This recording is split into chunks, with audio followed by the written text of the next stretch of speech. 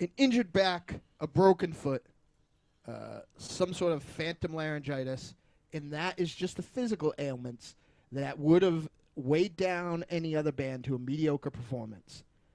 With the exception of the fact that our sound guy said, "I love the horns.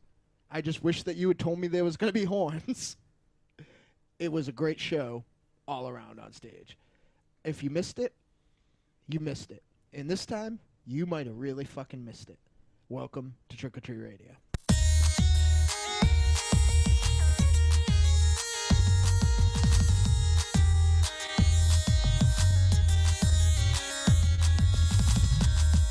Welcome all you little zombies. You're listening to Trick or Treat Radio, starring the Deadites.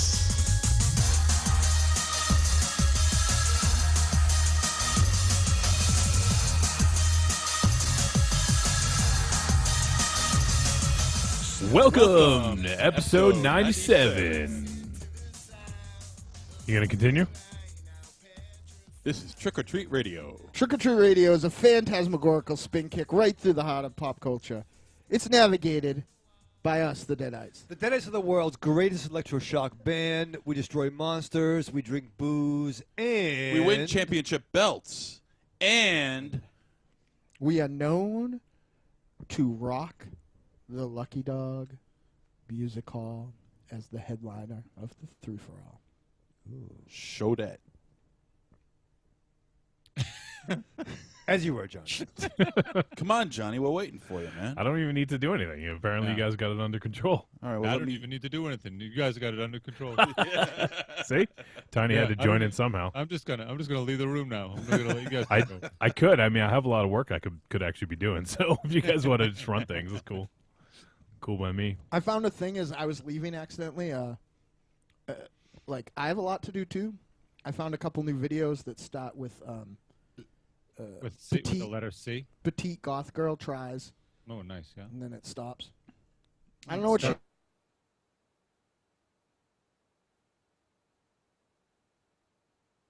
I found one the other day that was slamming, but it looked just like somebody's wife. I had to go check. No one in this room's wife. That's good. Raven Shadow, I heard you came up with a new...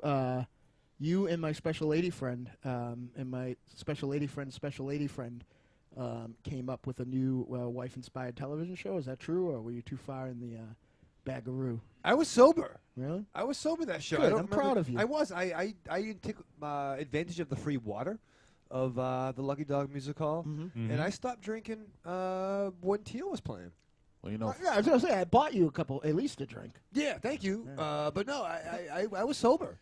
Free water sells tickets, man. No, it gets Raven Shadow home, sir, is what it does. It helps. I've heard the show that was going to be pitched is the Real Housewives of Necronomicon. I don't remember. You don't remember that at all? I don't think she talked to me. It was you. Are you sure? Two different people told me. That's the only reason I know. I didn't have that conversation. One of them, I think, was pretty sober. I'm telling you, am I the one? No, you didn't tell me. No, I was. You're definitely not the one. Well, anyway, it was going to have Wife and Shadow and That's a good show. Mrs. Zero and Tiny Wife. Maybe. They were just going to sit around and complain. Now it's starting to come back to you. Maybe. The Real Housewives of Necronomicon didn't jog anything. It's the synopsis of the show that was mental X-lax for your constipated brain. Let's go to commercial. Johnny, how would you do this? How would I do what? The intro. I would. I would actually do it so there's no dead air. First of all, Because you're really good at that. Why don't you keep doing that? oh, you guys have an intro. It's cool. I'll just hang back. Raven Okay, Shadow. we got control of the show now. Yep. Great. First thing you fucking do is radio silence. Nice. Good talk. Jesus. Oh Who's been no! listening to us That's for why 97 episodes. That's why I their say favorite so part many. ever. That's why I say so much stupid shit because I have to fill dead air because you guys are terrible at this. You could actually say less stupid shit, and then we could just, Raven Shadow could not speak English. We could go right into that stuff. Death taxes, Trick or Treat Radio. Yeah. You know, the usual spiel that we hear each and every goddamn week. Well, there we go. There's a new There you spiel. Yeah. Pussy. Dynamo, this is where you rap about death, taxes, and trick or treat radio. Oh, okay. Death. Taxes. Your name's name. Jesus Christ, your name's not Dynamo. Shut up. Ladies and gentlemen, across the table from me, the pencil-pushing head of all media for the Deadites at Trick or Treat Radio, Johnny Wolfenstein. Ow, ow, ow. Next up, you might call him the whiskey-drinking father of all that's funky, but his phone calls him Cocklossus. Ladies and gentlemen, myself, Dynamo Maz. Next to me is the hand-shaking, baby-kissing, hot pocket fucking, cigarette-eating promoter air quotes for the Deadites, Michael, 5 to the sky, Raven Shadow. Woo! He is the Volga guru of horror, star of such epic classics as Fetus, Blood Pigs, and the soon-to-be-released Cryptic Tales. Cryptic Plasm, sorry. Cryptic Plasm's already released. We're working on Morbid Tales. Morbid now. Tales, sorry, the porno one. Yes. The Morbidly Obese Tales. His name is MosterZero. Hello. And on the wheels of steel, the man with the mask who's down for the task, the man with the abs whose ass the girls grabs, ladies and gentlemen, Tiny White.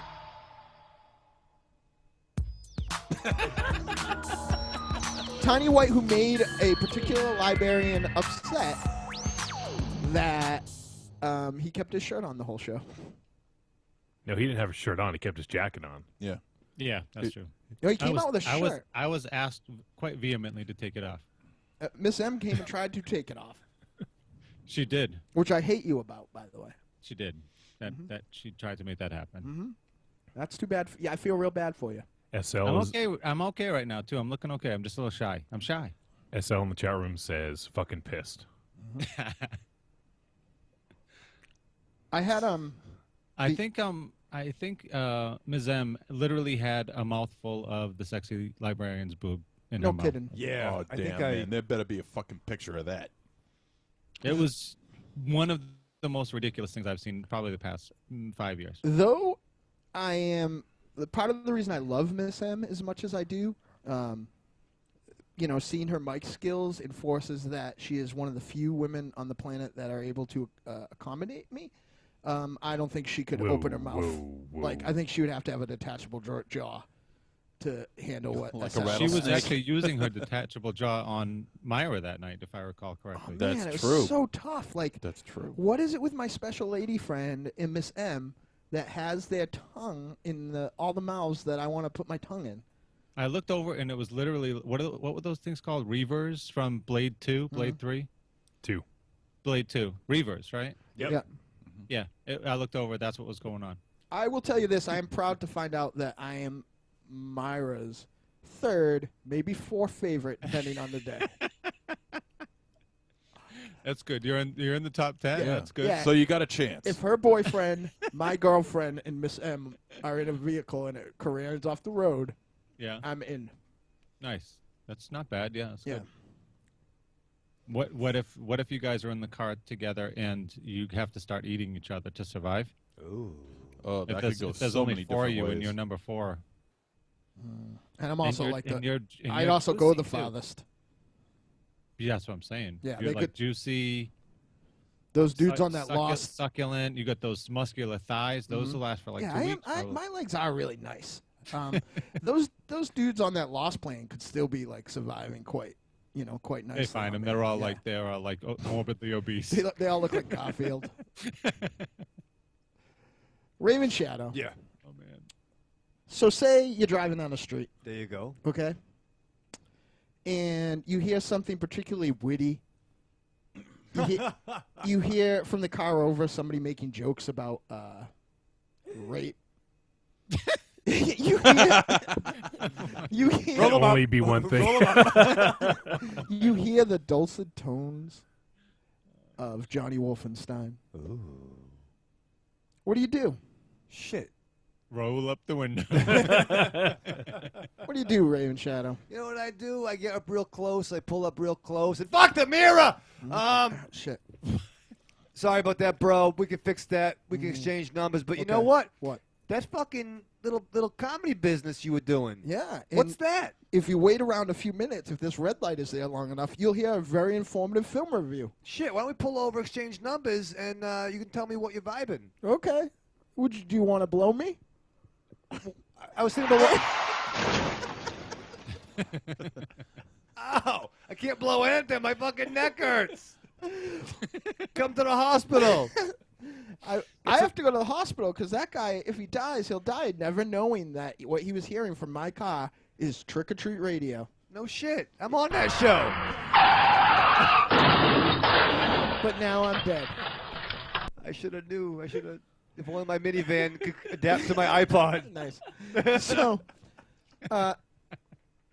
there are 3 absolutes in life, as Johnny Wolfenstein has told me on multiple occasions. What are those, Raven Shadow? They are death, taxes, and trick or treat. Death by car crash, right? What are they? It would be a death by car crash. Death. Taxes. Bum, bum, bum, bum, bum, ba-dum, bum, bum, bum, bum, bum, bum, ba-dum. And Trick or Treat Radio every Friday morning. You motherfucker. I listen to Trick or Treat Radio when I'm behind the wheel. Trick or treat morning, every Friday morning. Trick or treat morning. What? Wow, that's a new song. Trick or treat radio every Friday morning. Hey there, bitch, do you want to be boning? Hell yeah. Now listen to what I say. Tell me, bitch, do you want to go all the way? Wanna be boned? It's like I have a. You got something there. It's Yeah. like I have the illegitimate son of Shemp and Curtis Blow next to me. Johnny, Yes. say you're like me, and 3 no, hours. I Yeah. don't think he wants to do Okay. that. Yeah. So just go back to being like you and don't ever have sex or talk to normal people other than these 2 goons, right? Say 3 hours of Trick or Treat Radio isn't enough for you. What are you gonna do? What could you possibly do to where are you gonna go to talk about movies, pro wrestling, Well, video games? I could have been the 200th member of the Trick or Treat Radio Facebook group, but somebody else had that honor today. Oh, really? Nice. Yeah. Who is it? Who is it, Johnny?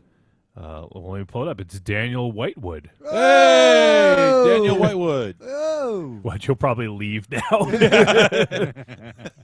Daniel Whitewood, 200. Yep. Nice. So we hit 200 on the fib. Nice. Very good. Congratulations to us, and thank you, Daniel Whitewood. If you go to the fib, as we call it, and scroll down, you will see a terrible picture of MosterZero, the sexy librarian, and 2 chubby Cambodian children she obviously smuggled into the Wait, is club that in her top. Christina Hendrickson? Yeah. Holy cow. Yeah, I was kind of overwhelmed. Yeah. Oh my goodness. I mean, I've seen pictures, but I never met her face to face up until Saturday Are you night. serious? What the fuck? Are you shitting What about me? in all Yeah. the other shows? She hasn't missed a Dead Eye show since the 40s. Well, I haven't spoken. What an idiot. I haven't spoken to her. Is what I mean. I haven't, properly introduced. You know what I mean? Are you? What? She's been around like. Yeah, but I haven't been properly introduced to her until this past Saturday. Yeah. No. Which is crazy. No. I mean, she is She's very pleasant. She's oh, a yeah. very pleasant I person mean- to speak with. around 25 years old, I think. Mm-hmm. Body of a 19-year-old. Brain of Einstein. Sex drive of me. I think she's perfect. But I just can't believe that she spent any time talking to you. Neither can I. I mean, nobody wants to talk to me. No. If SL checks in at any point and tells us how her first month, the irony is she's going to say right now, we've met a half dozen times. They have. Yeah, you've met like everyone that you say, oh, it was nice to meet you. Who is it? 12 gauge Calhoun. 12 Raven Gauge. Shadow. You talked to 12 gauge, like you met him like 12 separate occasions. You're like, oh, nice to meet you. Yeah. We're like, My nope. my memory is slipping, man. It's been slipping for a while. Ron Monemy from the Curtain Society. Yeah, that's we have another one, video of you hanging Yeah. out on 2 occasions. And when he was a guest on the show, you were like, And nice when to you meet went you. to the and when you went to the prom together. Yeah. Yeah. Yeah. SL says nope. First meeting was Saturday. Really? Yeah. See? No. Wow. See that? Told you. That's Well, I great. mean, he doesn't Thank you, SL. Told ya. Told you I didn't know her until then. He doesn't go a lot of places. It's true. And SL is almost always at, like, Trick or Treat Radio field trips and whatnot. So Ooh, we should have a field trip. Although I did spend a lot of time talking to Pantaphobe. I that spent night, a little time. And Talking to her, she's too. great to speak with. I mean, I had a ball. Oh, she's phenomenal. You spoke with 2 girls in one night. This is I a know. fucking record. Whoa! I know. You've risen what your is rack it? December. 100%. What is it? December 31st already? More like April 1st. Yeah. No, Panaphobe was mad cool. She's really she's cool awesome. lady. Yeah. She's awesome.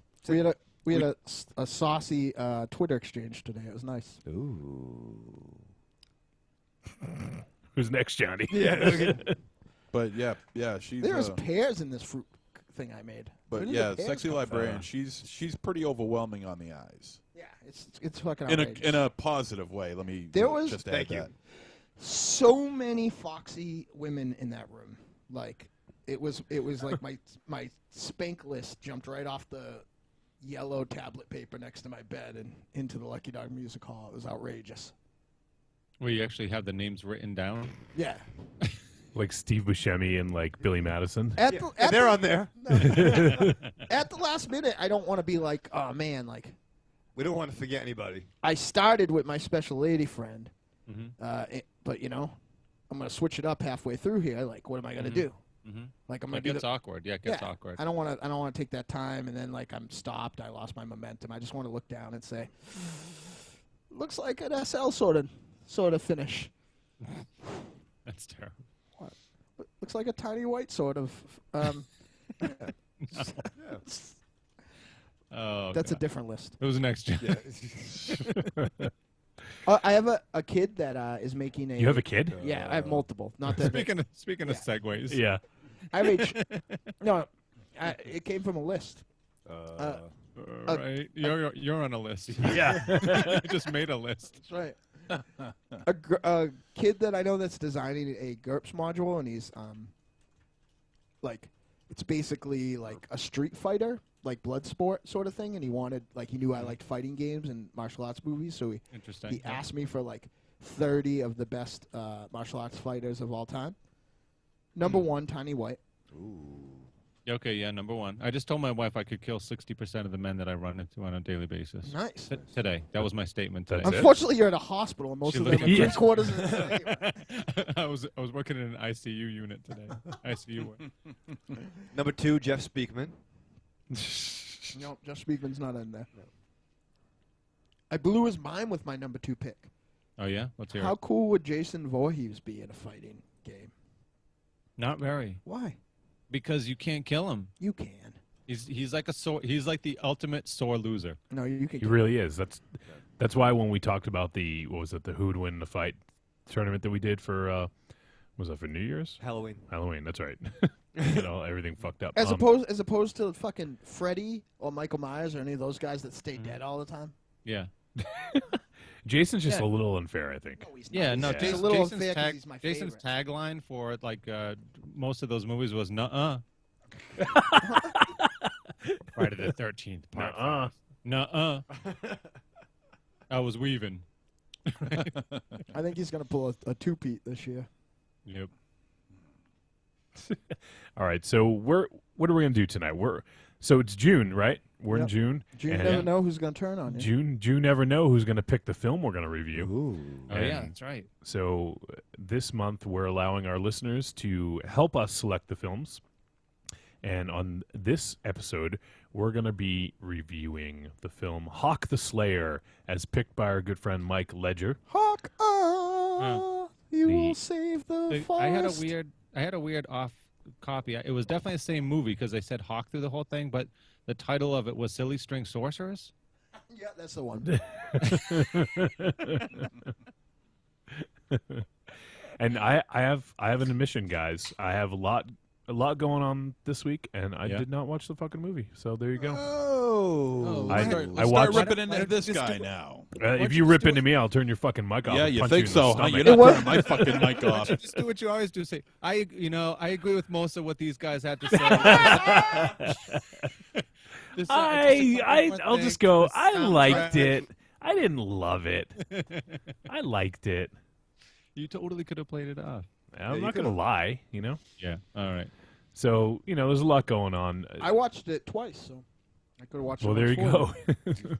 Watch it for me. I'll review it twice. So, in keeping honest with everyone, I didn't see it. So Full there you go. disclosure, Full yeah. disclosure. Yeah. Couldn't watch the fucking movie. No, I couldn't watch the fucking movie. I couldn't be fucked. All right, I could be fucked to watch it. All right, Memsy.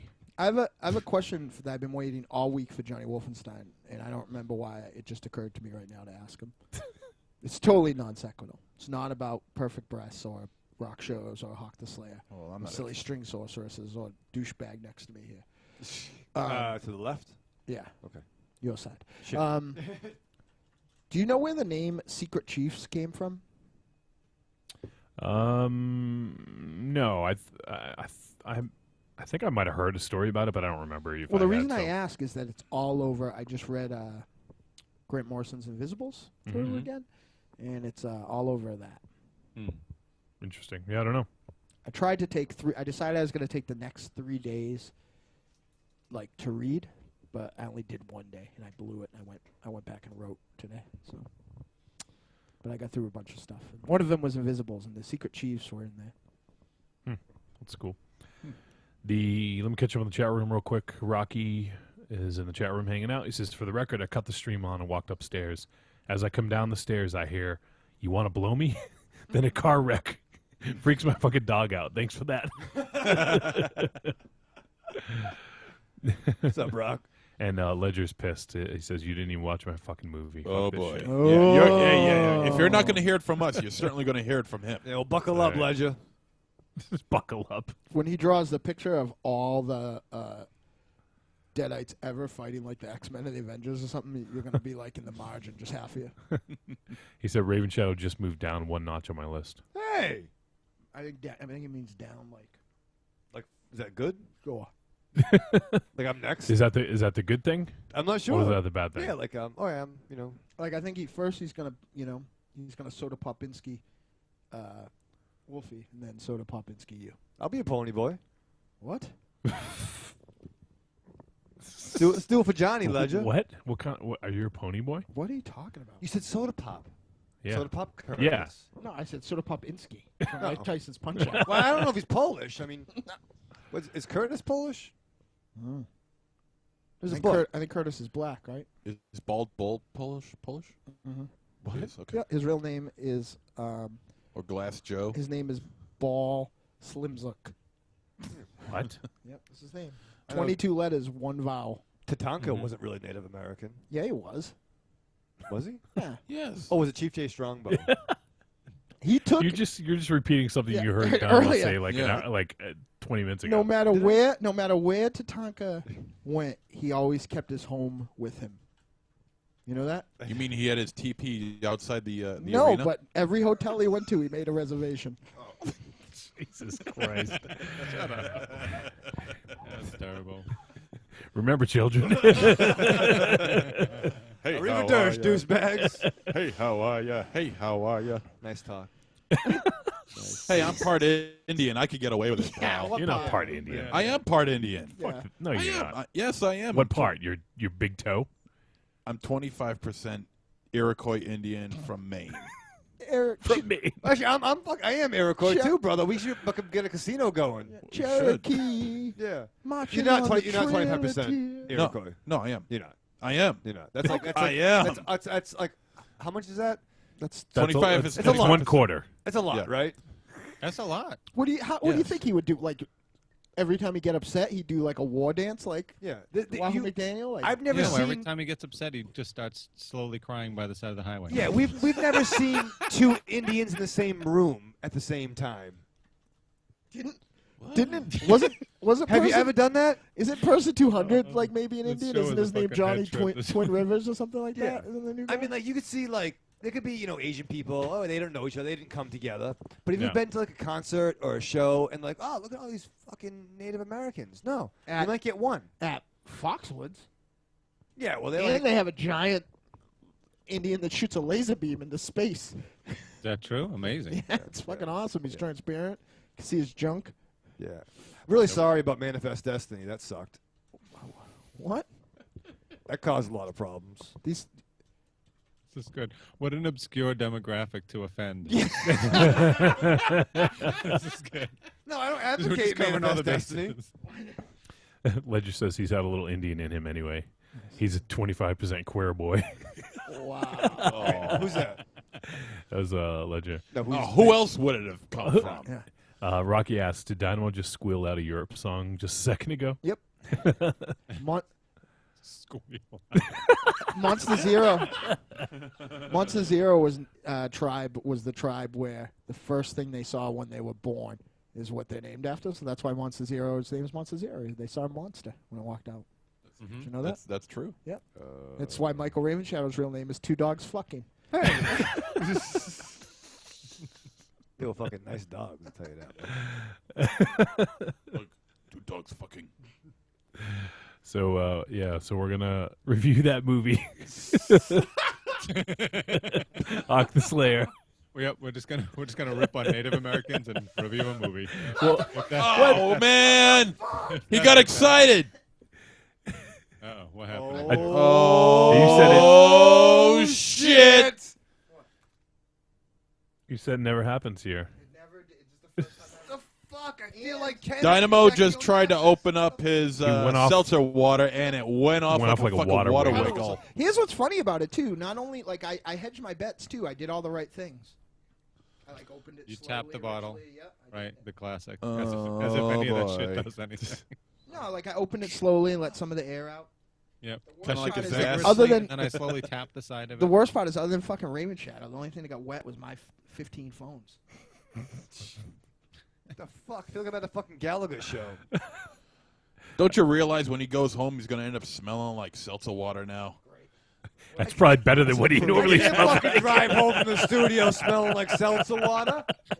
What flavor water, by the way? What a horrible I mean, thing to seriously, I smell got a like fucking half an carbonated hour water. drive for those in the video chat. That's why it's funny. Rocky says premature effervescence. Yes. What the fuck? You know what the worst about getting the fucking seltzer water? I even stored it the way the SL told me. It's my No, school she says clothes. store it horizontally Yeah. for fuck's sake. You know what the worst way, like, the worst thing is, like, you spill water on you and it sucks and you get wet, but you spill, like, the special magic, like, flavored seltzer water on you, and then you get wet, and a little while later you're just sticky. Yeah. Sucks. Get sticky. Jesus. And that's our show. Yeah. That's episode 97, folks. You know, Tune in this week when we get wet and then we get dry and sticky. And we make fun of Iroquois. anybody who saw that show has to be pretty impressed that we're even this with it. Yeah. This with it? Yeah. What do you mean? Like, we've only had like 48 hours since we got off stage, right? It hasn't been that long, yeah. Seems like forever ago. Rocky just posted a fucking ridiculous picture. Says, when would a date with Johnny Wolfenstein? Oh, I see a contest. That's how, You that's son how of I a- look before Son of a bitch, I Rock. do manscaping. We talked a lot about the Dynamo manscaping on stage. It wasn't very nice. Yeah. Bunch of dicks. People seem to enjoy that. Yeah, exactly. There's a lot of ball washing at the show. No, there was Kinda not. looks like Johnny. Jesus.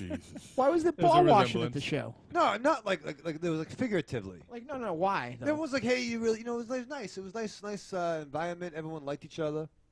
A lot of high fives. Like you were good. Everyone Yeah. liked each other. Yeah, it was a feel-good Yeah, no, I meeting. think it was nice. People We all seemed to sang enjoy it. Hallelujah at the end of the We show. played in between like two of the best, like after two of the best bands of all time. Like, Yeah.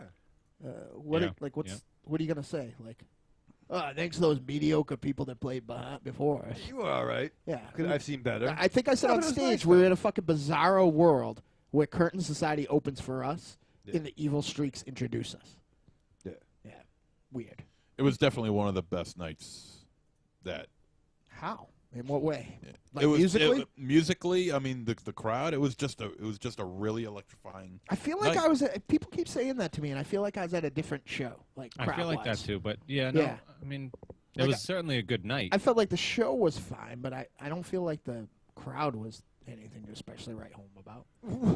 Hey, Well, I mean, there you go. Thanks for showing up. Cheers. the people that are There you in go. it, the people that were in the crowd were fucking amazing, and they're the elite. But like, I don't think that there was that place wasn't close to half full.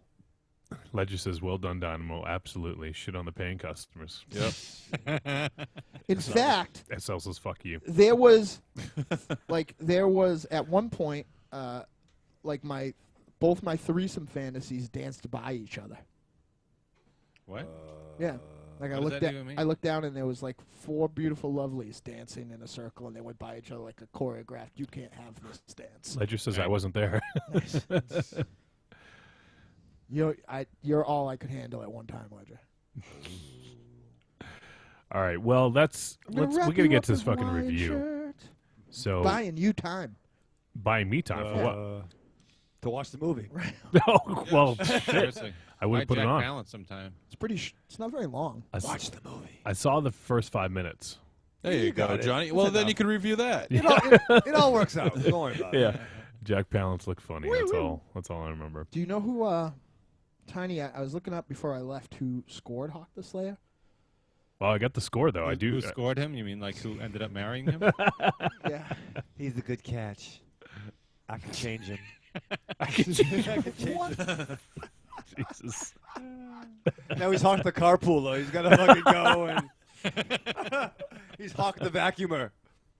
Spoiler alert. Like, I was Hawk the Slayer. I don't Yeah, think I'd whatever. want to be on Hawk the Slayer's team, right? No shit.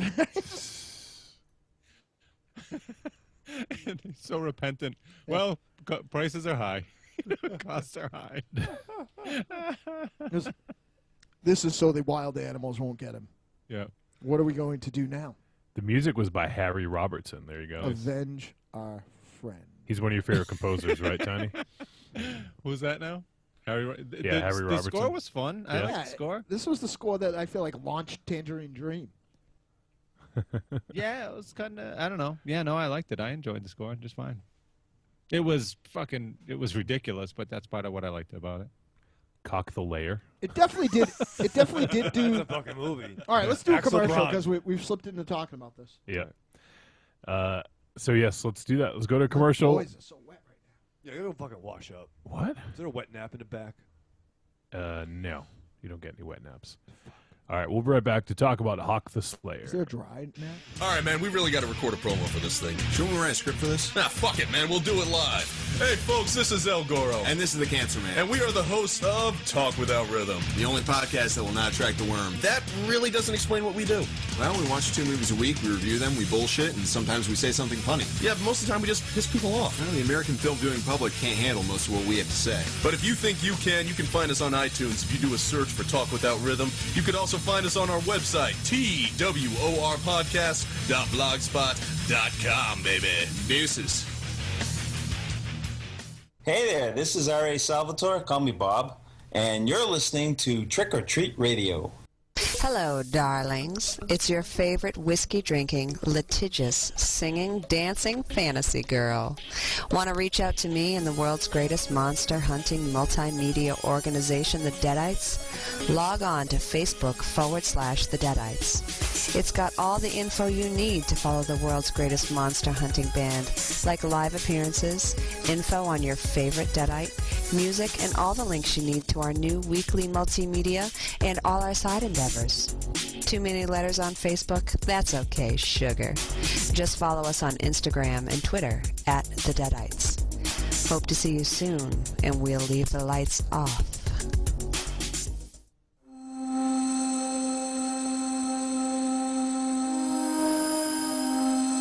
Wouldn't it be beautiful to be really in the presence of a ghost? Or being from another plane?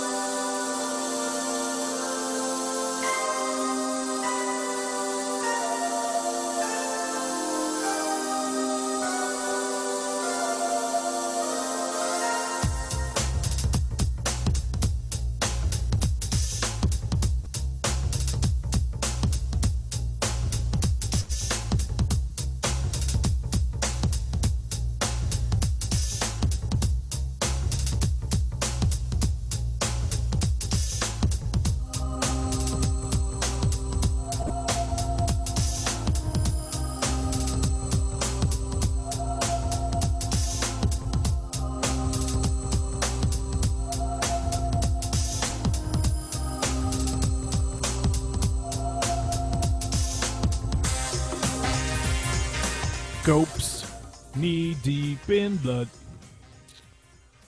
Did we play that song, Dynamo? I was just actually. It's so funny that you say that. I was just trying to remember if we. Yeah, I don't remember. We almost didn't.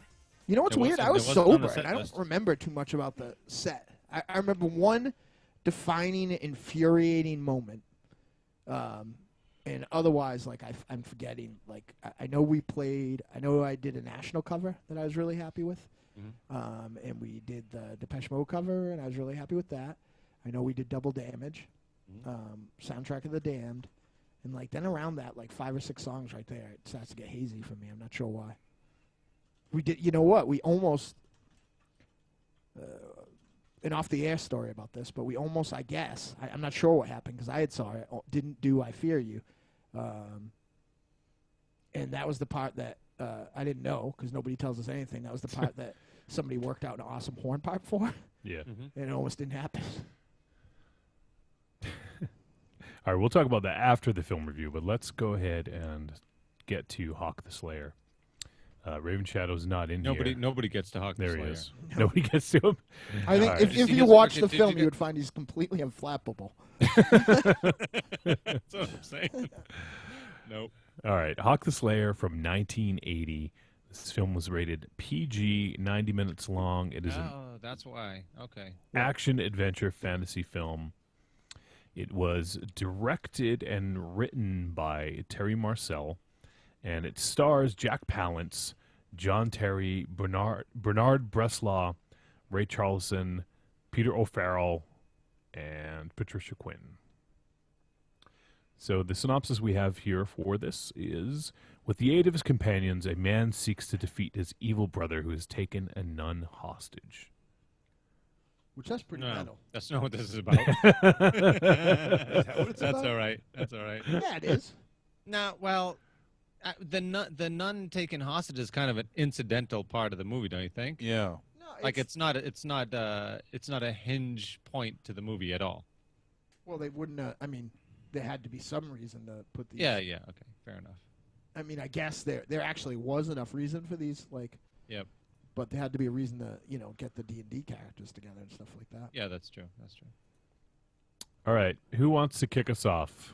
I can if nobody else wants to. Well, I can't. So go ahead, Dynamo. Talk about Hawk the Slayer. I was very worried to watch this, and I'll tell you why. I love, nostalgically, I adore this movie. Back before cable, you turn on my old black and white television, and there was a local channel called Channel 27, and it had all wrestling on all the time, and at night it had movies. And 2 of my favorite movies that would be played constantly on Channel 227 was Kiss Meets the Phantom of the Park, and this film, Hawk the Slayer. I was afraid to look at it with a critical eye that I would, I suspected, much like Kiss Meets the Phantom of the Park, it has its flaws. But I am here to tell you, nope, still like it.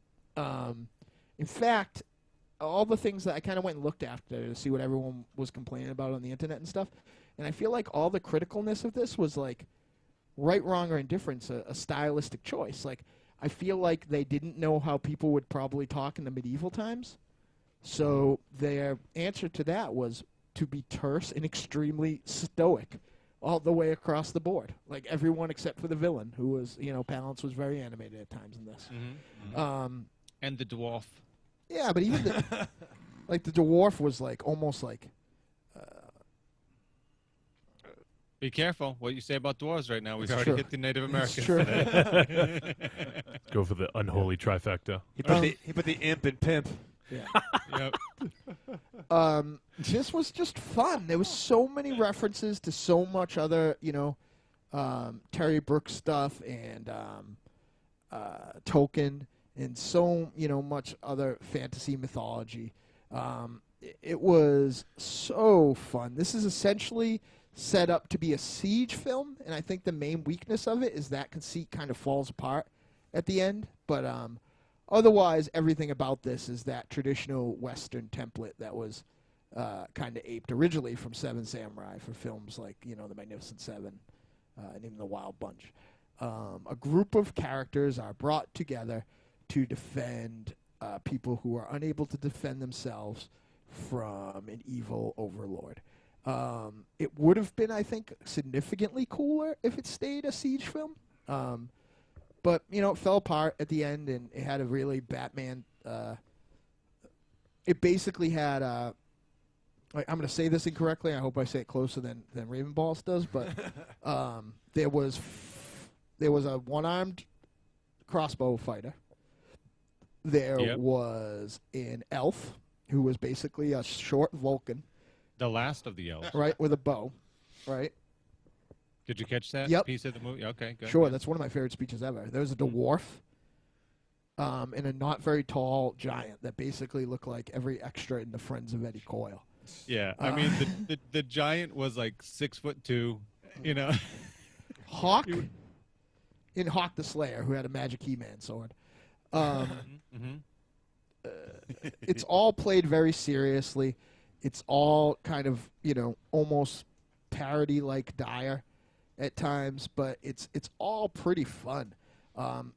Stylistically, it's tight. Maybe not all the best decisions. Scripting-wise, it's tight. Maybe not all the best decisions. This was set up like a TV show, I feel like, and there were no, like, stunt people maybe, so a lot of the fights were, like, in, like, slow motion or whatever else. And some of the special effects for the fight scenes, like the elf's bow, for instance, was goofy, but it was fucking cool. Like, I remember thinking that was completely amazing as a kid. And even though the trick is, like, you know, on par with CryptoCast special effects, it was, like, still fucking great. And that's all that matters, you know what I mean, at the end of the day. This looked like the illegitimate son of the Lord of the Rings and the Banana Splits. It was completely fucking ridiculous, and I loved every blurry frame. Ledger says Wicked, WSMV TV channel 27 out of Worcester. That's the call letters. I was trying to think what they Worcester, were. Boston. Rocky says, laugh my ass off, Hero Point, Raven Shadow. I don't know what that was for, but... You're a smart fucking guy, Rock. Ledger says, The Sleep of the Dead. Mm-hmm. I love that. MZ, why don't you go ahead and talk about this? You know, the very first thing that caught my eye was the cast of this film, because the cast, I mean, this is like it's like the Cannonball Run of sword and sorcery flicks. I mean, you got Jack Palance, you got Bernard Bresslaw, who is taller than 6'2", by the way. He is 6'7", and he played the Cyclops in Krull. Right. Yeah. Oh, nice. Yeah. Yeah. And wait, wasn't Liam Neeson involved in that in some way? Yes, he was. Yeah, he was just one of the he was. Oh yeah, that's right. I'm sorry. He was the guy who could change into animals. No, he was not. He was like a bandit he was, guy, right? He wasn't the main. He wasn't the main bandit. He was the main bandit's friend. I thought he could turn into animals. He was the one who could turn into animals. No, I could have sworn he was. That guy looked like the guy that could turn into animals looked like Lily Tomlin. Oh yeah, you're right. I stand corrected. You know, Pat Quinn, and yes, I am going to name drop because she. And I am going to name drop because we are friends, is Catriona MacColl of Lucio Fulci fame. Oh. Did you not see this film, Raven Shadow? No, I agree with everyone else is saying. No, you just reacted like you'd seen it for the first time. I love that part, and they do the end the same way. Yeah. Thank you. So and as well as Roy Kinnear from Willy Wonka and the Chocolate Factory, and Patrick McGee from Clockwork Orange and Fulci's The Black Cat. And yeah, nice. Tales from the Crypt. Was he 1972. the house? He was the priest. Remember when the dwarf was on that raft? Yeah. And it was burning, and yeah, the priest. He was the one with the beard. The beard, yeah. He's in a bunch of stuff. Yeah, that's him. All right. That's Patrick McGee. So, and also Warren Clark from A Clockwork Orange as well. Wait, who again? Warren Clark. He played Dim in. Yeah, but what did he play in this? Scar. Oh, that's interesting. Yeah, I didn't make that connection. That's good. And so this is veritably a who's who of British performers performing. Performing, exactly. And to say that, okay, now we got to tie it in with the material that they're given. And in the end, I looked at this as... Holy shit, he was in... You ready? He was in Jabberwocky, Hawk the Slayer, and Crow all in a row. Who? Oh, Bresslaw? Bresslaw. Yeah. I can't want to call him Coles. Was Coleslaw? Alex Kozlov. Breslaw's dog. What? And... Say fucking dog. Like Pavlov, wasn't it? Bresslaw? Is that what you Bresslaw, called yeah. him? Are you fucking kidding me? Is that what his name is? No. Bresslaw? Isn't that what he just said? Oh, man, this I don't fruit just know. went right up my nose. I only assume you meant Pavlov. That's why it was funny, because I said Breslaw, but it was supposed to be Pavlov. Yeah, that's Oh, why and it's that was funny. supposed I to be... read about it in a book. Sorry. book. Sorry we didn't laugh at your little joke. All right, well, go fuck yourself, MosterZero. I'm covered in fucking seltzer water. I'm fucking cold. All right. Come on, you're not melting or anything. It's just water. You'll live. It's fucking cold. All right. Anyway, Next like up I on was- Jeopardy, the question: what is Pavlov's dogs? Ding. The name on Michael Raymond Shadow's Little Black Book. Hey. What? That's not how Jeopardy works. Yeah. It's not. Jeopardy's the one with the wheel, right? No. Oh, sorry.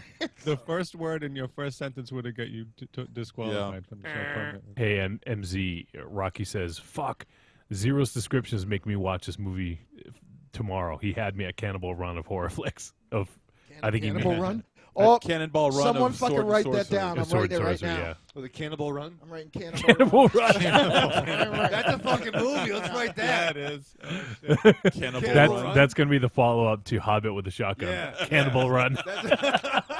You know, That's a movie. That's a fucking movie. Fucking movie right Yeah. You know who should... Well, Burt Reynolds and Actually, you know who should Adrian star Barbeau. in that?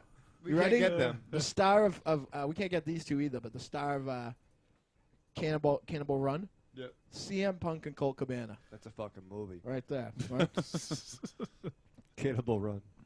All right, we're getting off track here. You think? Just a little bit. It's always during his fucking review I know. too. Go ahead, go. Man, and we went so many shows without getting off track. Finally. Was it 0 and 1? Yeah, they were good. Yeah. And don't forget Halloween. Halloween special. And with this, I just felt that these performers and the material that they're working with, and I put it as something I would call interestingly boring. That's fair. That's fair. Interestingly boring. What? You got Okay. you got yourself a hell of a cast there, Yeah. but really nothing to do. I feel that they're just going through the paces of this film. It doesn't now take it from. I haven't seen this movie before. You Dynamo, you've seen it before, so you've seen Yeah. it. I fucking love it because I like nice. You good watched it things. when you were a kid. I You know, watched this it is when I my was an first adult. I time have it watching on- this. I don't know if any of you guys ever watched it I have it before. on I've never TV. watched it before. First time for long you? time. Yeah. All right. Well, this is the first time I'm seeing this, and I don't know, man. I just the material is just rather bland and dull. It doesn't. Because of that, I say, you know, it's because It's Monsters I Zero wa- for nobody got raped. eat your fruit. Eat your fruit. That. Hawk didn't sodomize anybody.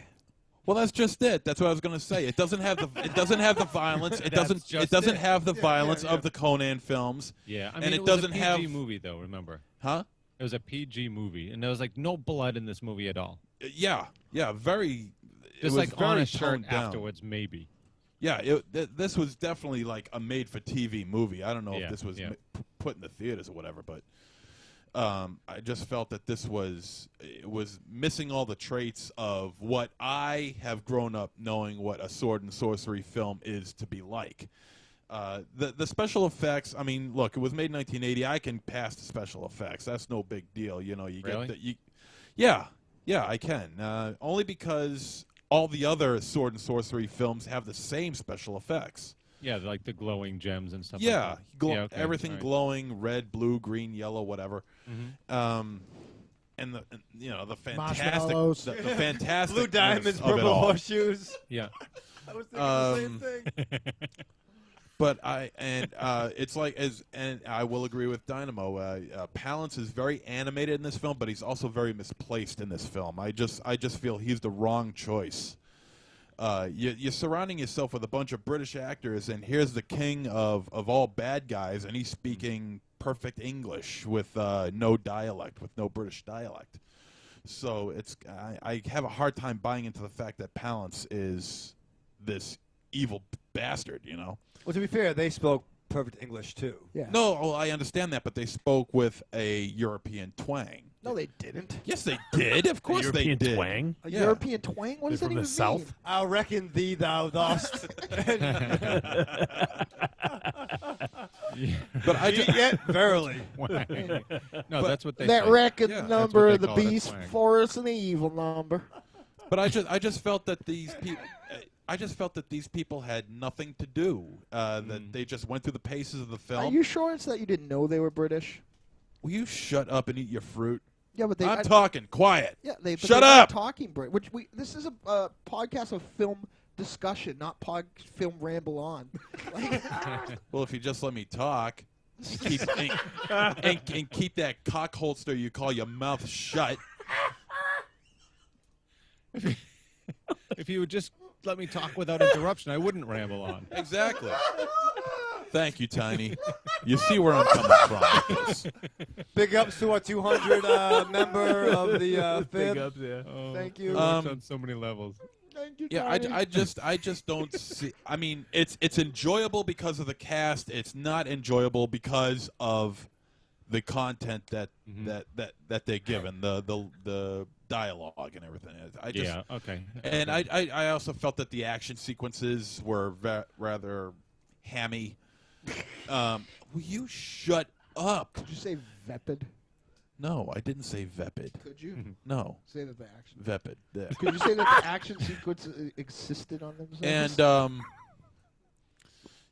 the special effects. I mean, I don't know what the whole deal with that those quick edits of like the crossbow going off and well, he was a and machine bow and arrow. crossbow. Right. Well, It's if like it was a mechanized- machine crossbow, then the editing for that was just really, really poor. Or whether or not that was stylistically in the way the film was made, I don't know. I mean, I'm looking at it the way. It was how the edit was how they made it do it. Yeah, They didn't have a I machine understand. crossbow. No, I understand that, but I don't know if it's in conjunction with the movie or if it's in conjunction with the way the weapon works. What? What weapon are we talking about? Well, if you'd watched the movie, you'd know. I thought You don't get to chime in. Johnny, you be if you quiet. go just a little bit from here, there's a one-armed guy. Yeah. Who he looks like Arn Anderson with one hand. That's another Yeah. thing. That's another thing. Hold on. That's another thing. Here you are in a European forest. How do you okay, know it's and a you European forest? I because never it's said made that. in Europe, you douche. Was And it there's a on location? goddamn snake hanging off a tree. It's it's totally out of. It's totally out They of its. never say that this is in Europe. It's a European trouser snake. They're all over the fucking place. These movies take place in Europe. You know that. These movies. Conan. You people. These movies. Conan doesn't. Conan was in Ireland. That's in Europe. Yeah, Thank no, you. yeah, No, but he Conan was was in not in Ireland. Ireland. Okay. He's pulling your leg. And to be fair, Tatooine was not really in space. It was actually in Africa. No, it was in Europe. It was in Europe. Rocky said lure it out when Star Wars was Europe. Rocky says lure it out when Nutella.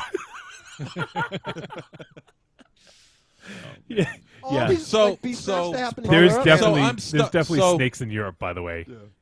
No, I understand that. No longer in Ireland. Not in right? Ireland, right? St. Patrick took So care of that. I'm kind of stuck in the middle here between the material rock that and was hard on? given, the material that was given, and the outstanding cast.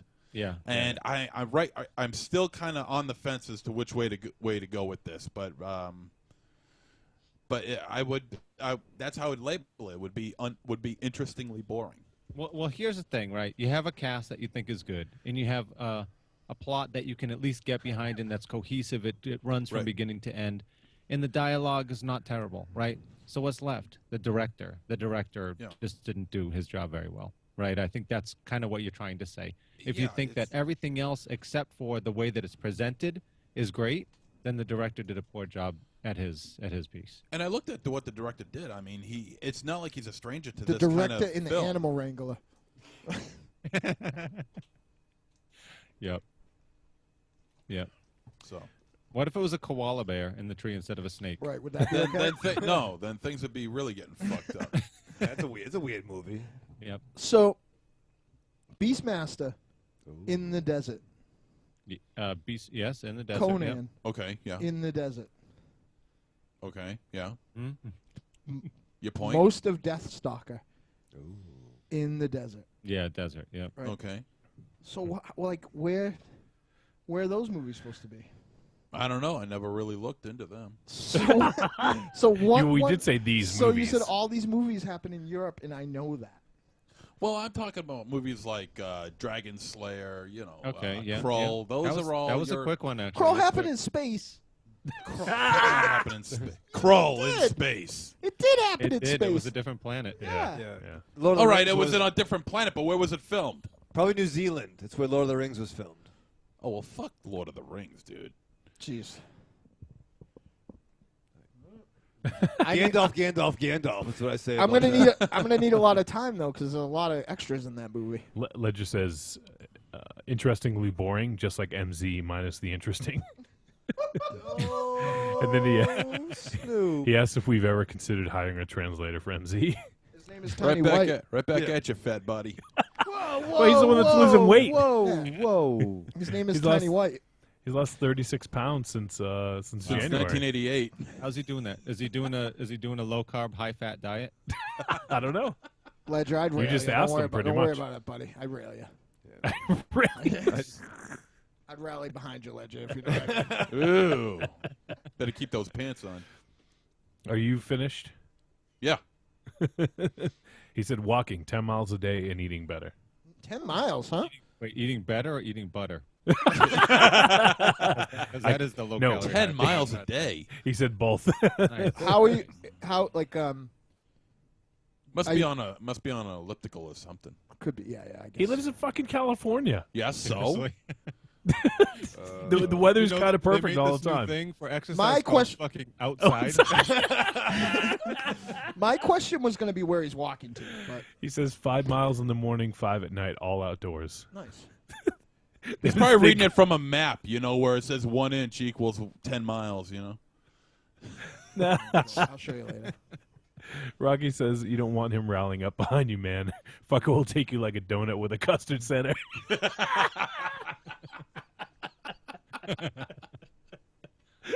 Oh, Jesus. I think that was a show. I think that was a picture from the that last show that we played with a girl putting her finger into a Boston cream donut custard hole. Yeah. Whoa. That was dirty. Yeah, no, I like that lady, too. That made me feel weird when I saw that I think picture. she's a hot. It made me feel weird, too. Like, I had to unbutton, like, a pant button. It's strange. It's going to tear off like I was wearing fucking Brock Lesnar tear-off pants. Raven Shadow, why don't you go next? All right. This movie. Did you watch it? I did watch it. Okay. You know what I liked about it? No one stuttered. What? Again, I like that. Yep. I like a movie where no one stutters. They didn't stutter. It was nice. There was a lot of effort. They practiced the lines. Mm-hmm. They had good costumes. I hate you. What? You gonna? No, I kind of am with the MZ on this one. Like I didn't watch this as a kid. It didn't resonate. It wasn't like the Beastmaster. Because your parents didn't like you. I think I had every Star Wars figure. I had the flag. Yeah. I had. It's because He-Man. the rich kid down the street threw him out. No. Yeah, got It's him. I had the last piece of cake all the No, time. it's so when you went over to your parents, they could say, "Go play with your toys." They did. We only had one. Yeah, we're done. Michael Raven Shadow thought that the same guy designed all of his toys, and he happened to have the name of the kid next door. Yeah. Who's Billy Hasbro? Yeah. Billy Hasbro. Down the street from Bobby Kenner. No, that's fun. No, it just didn't. It wasn't my milk as a lad. Across the street from the Parker Brothers. Yeah, those fucking guys. Fuck them. They were dicks. I don't know where I'm going, but no. And They really won in the game of life, though. Well, I'll tell you right now, we didn't black and white. We had cable. I watched a lot of Flash Gordon. No, I mean this is fine. It was slow. It was slow. I don't think it was.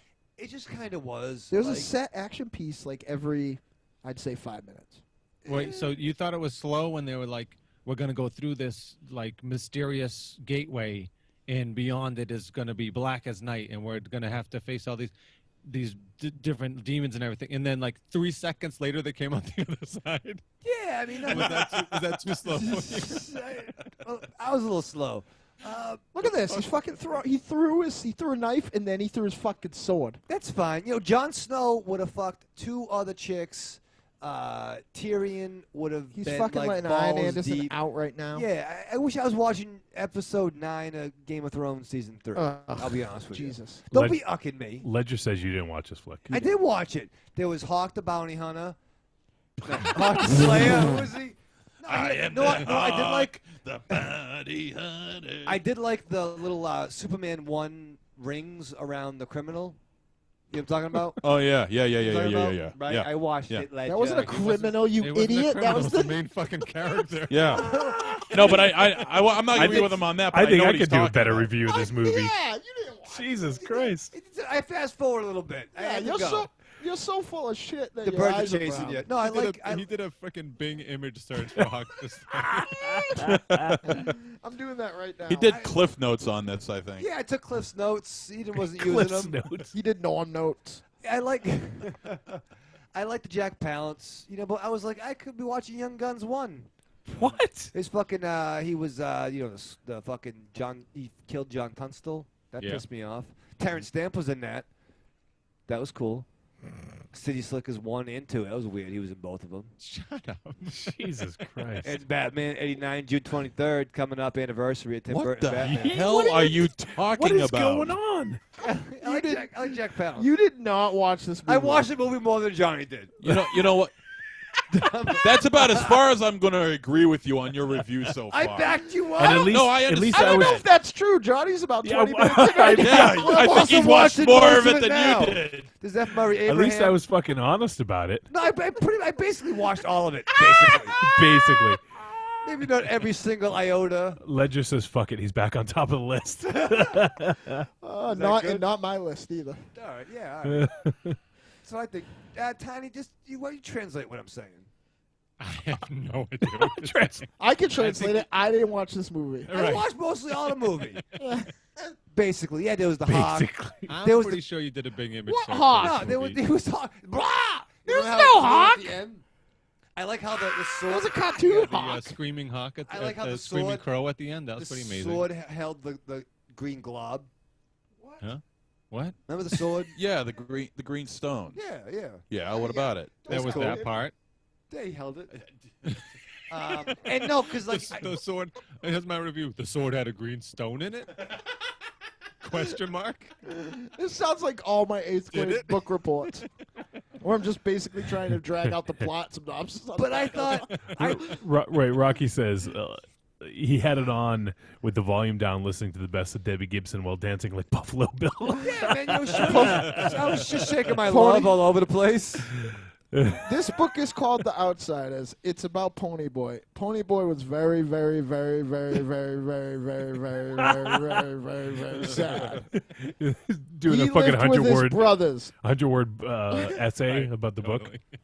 No, it was like because Jack Palance was pissed because he wanted a girl. The girl didn't want Jack Palance. It was like we weren't vibing. Yeah, what She happened? gets her- We What weren't what did he vibing. do to the girl? Yeah, we weren't. What did he do to the girl? He was fucking rude, Tiny. He was fucking rude. What else did he do to the and girl? he was not being chivalrous. Prove to me that you saw this movie. What happened to the girl? The girl, she got her hawk on. You didn't watch this fucking Jumped no way you would. down on the hawk. And no, they were like in a field. He had a white shirt on. Yeah, I okay. mean, like, And what happened in that scene? love. Love happened. No. Something special. Love. Exciting and kidding new. me? Yeah, and he's like, "What the fuck, bitch?" All right, you know what? He didn't watch this. I basically watched it. No, I know.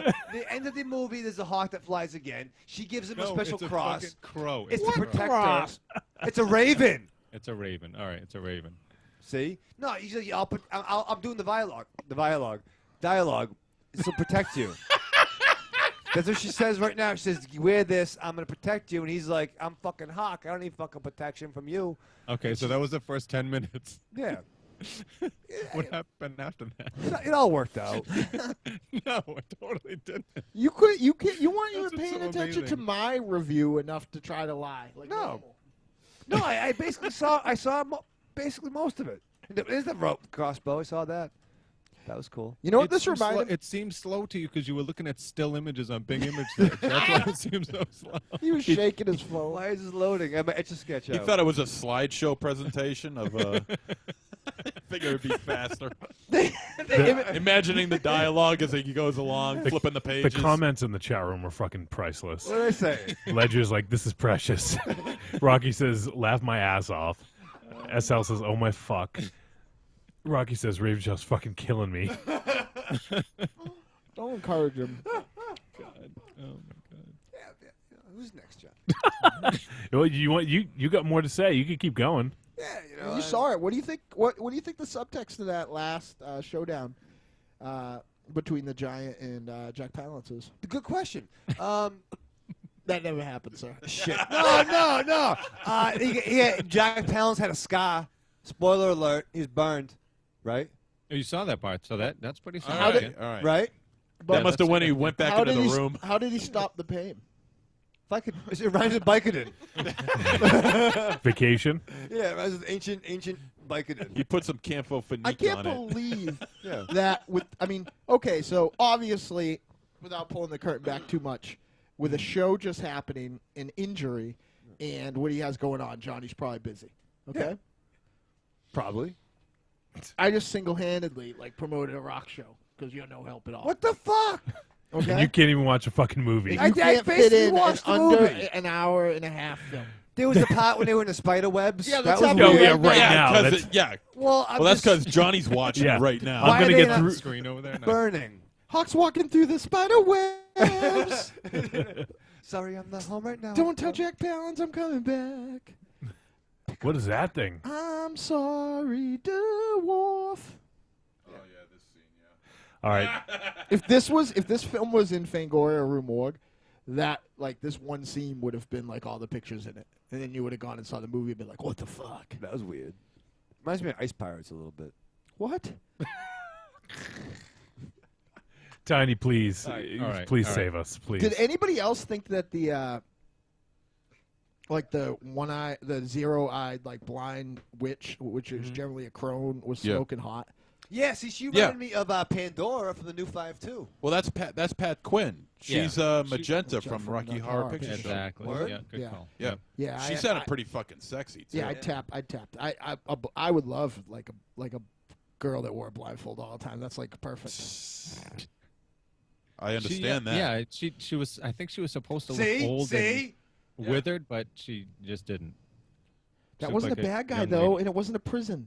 But it was like in Superman. Okay, good. Thanks. That's hard hitting. I cannot believe. Oh, Tiny, please. Tiny, please? All right, I'm going. Jump in. All right, so what you have here at its core, right, is a sword and sorcery movie. It had to be low budget, right? It just had to be low budget. The only special effects that are in this are smoke effects and the glowing rocks.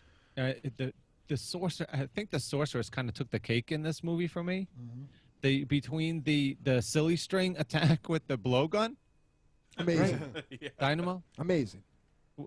Raven Shadow. Did you see that part? No. That's fucking awesome. No, you didn't. Describe it. No, No, it was cool. No, it was nice. What What- color what- was the silly string? If you saw it, you will know right away. I'm colorblind, Tanya. I don't want to. Oh my God. Really, you want to point out my flaws? Thanks. You're not It's a fucking colorblind. It's a fucking condition. It's called glaucoma. Thanks. You did not see this. It won't hurt anybody's feelings because they know Barry Dennis is a complete asshole, and in Jim, might as well give Jim the compliment. Halfway through Teal's set, Barry walked over and goes, "You told me all these film composers I didn't understand. Why didn't you just tell me that teal was a less shitty colorblind?" Hey. Oh I my was God! Really? like, come on. You can't say that on either thing. Oh my God, that's terrible. Yeah, he's a bad guy. person. He's a bad person. Yeah. He was kind of like Jamie Why, Lannister. why are you even talking to him? Huh? Why are you even talking to him? I don't know. Why do I Like a talk? I do a supervillain. fucking show every week with Raven Shadow. Like, what do you want from me? Obviously, I'm fucking tolerant. Big ups to our Native American contingent. Yeah, all two of you left.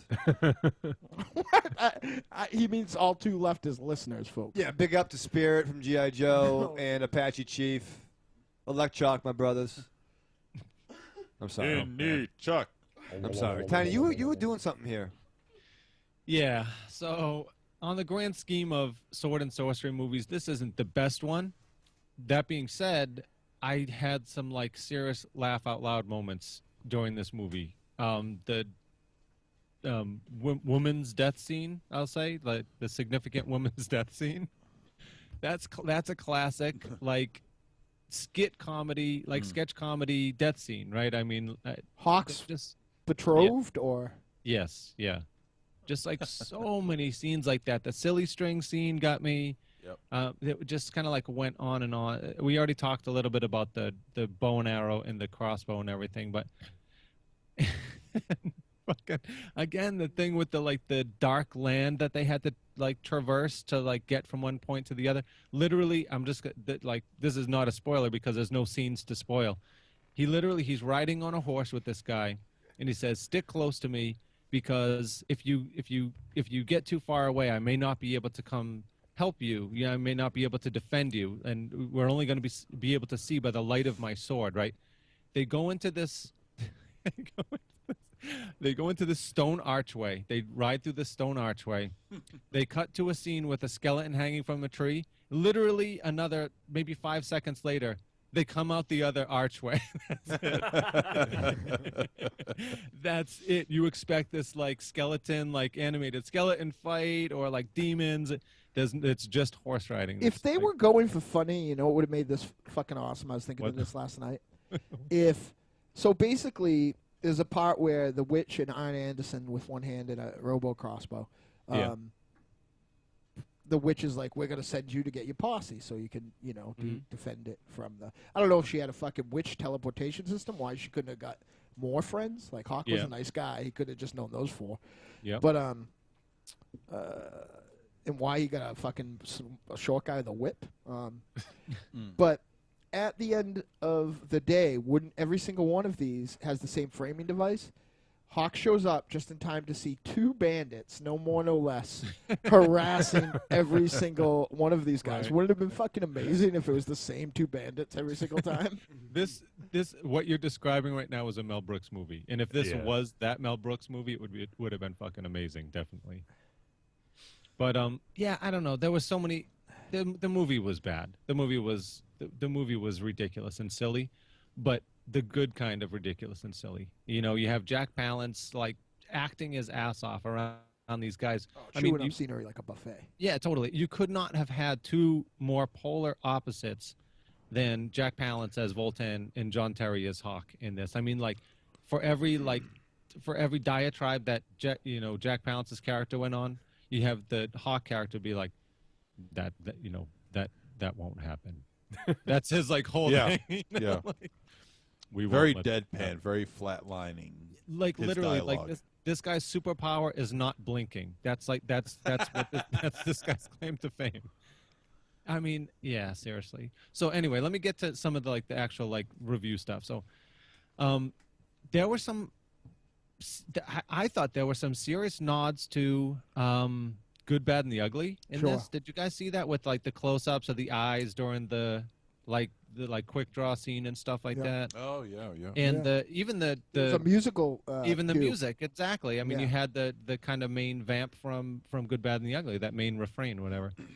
So I think that's kind of where this was coming from. Is that I agree with Dynamo. I think they were going for that sort of, get 5 to 7 guys together and go up against this bad guy and win. So, and that's kind of what you got at the end of the day. But I mean, along the way, just like so many scenes that just oh my god, I couldn't help but literally just laugh out loud. Like, granted, 6'7" is tall. Like, that's, you know, like when you put him next to an average guy, that's gonna seem pretty tall. But freaking John Terry is like 6'4" or something. Like, it just doesn't play. And then the midget or the dwarf, whatever, he's probably like 4'10", 4'11". So like, you don't really have these extreme sort of characters.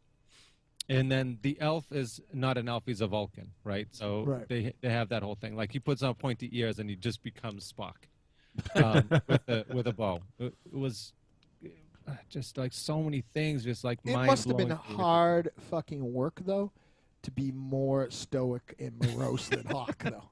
This guy, like that. What's that guy's name? Ray Charlson. Ray Charleston.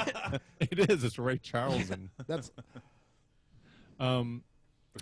Ray Charles. Yeah, I mean, he actually had some good lines and decent delivery for his character. Like, for him to play it that dry and for the lines to actually come across kind of interesting was pretty damn good. But John Terry as Hawk, man, like, no way, like, he can't carry off that, like, badass. John Terry's Hawkman? Ooh. He can't carry that badass character role. He's just not that guy, you know? I'd like to see this film remade by Edgar Wright and Company. I think this movie has been remade a couple times. I can't name it off the top of my head, but it's all parody. You know what I mean? Like, whatever.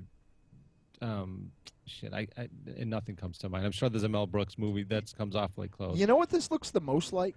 And I don't. Something else I loved when I was a kid. It used to be on Showtime when I was very, very young. There was a BBC Robin Hood show that shared a trait with the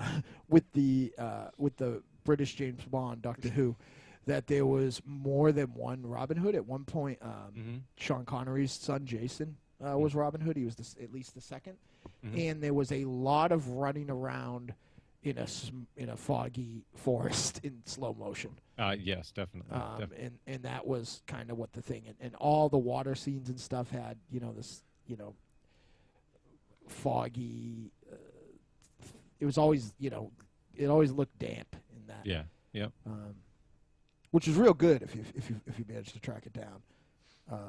But I think I've seen maybe a clip of it somewhere or something. That sounds really familiar. Had the worst fucking theme song ever. Robin, the Hooded Man. Jesus, really? Robin, the Hooded Man. But it was like a bad, like, Kate Bush impersonator. Not Kate Bush. The lady from Fleetwood Mac there. With the skirt. Stevie Nicks. Yeah, thanks. There you go. The skirt. The one with the skirt and the hair and the eyes. The boobs. Yep. Has Ledger ever seen that? I can't believe Ledger never saw that. Is he saying anything? Is he gone? He hasn't said anything. Did he hang I would himself? like to fucking walking again. I would like to have Ledger throw out some stuff in the chat room here. This was his pick. He This said- sexy librarian was calling him out. He on said, it right so now. tired of you fuckers.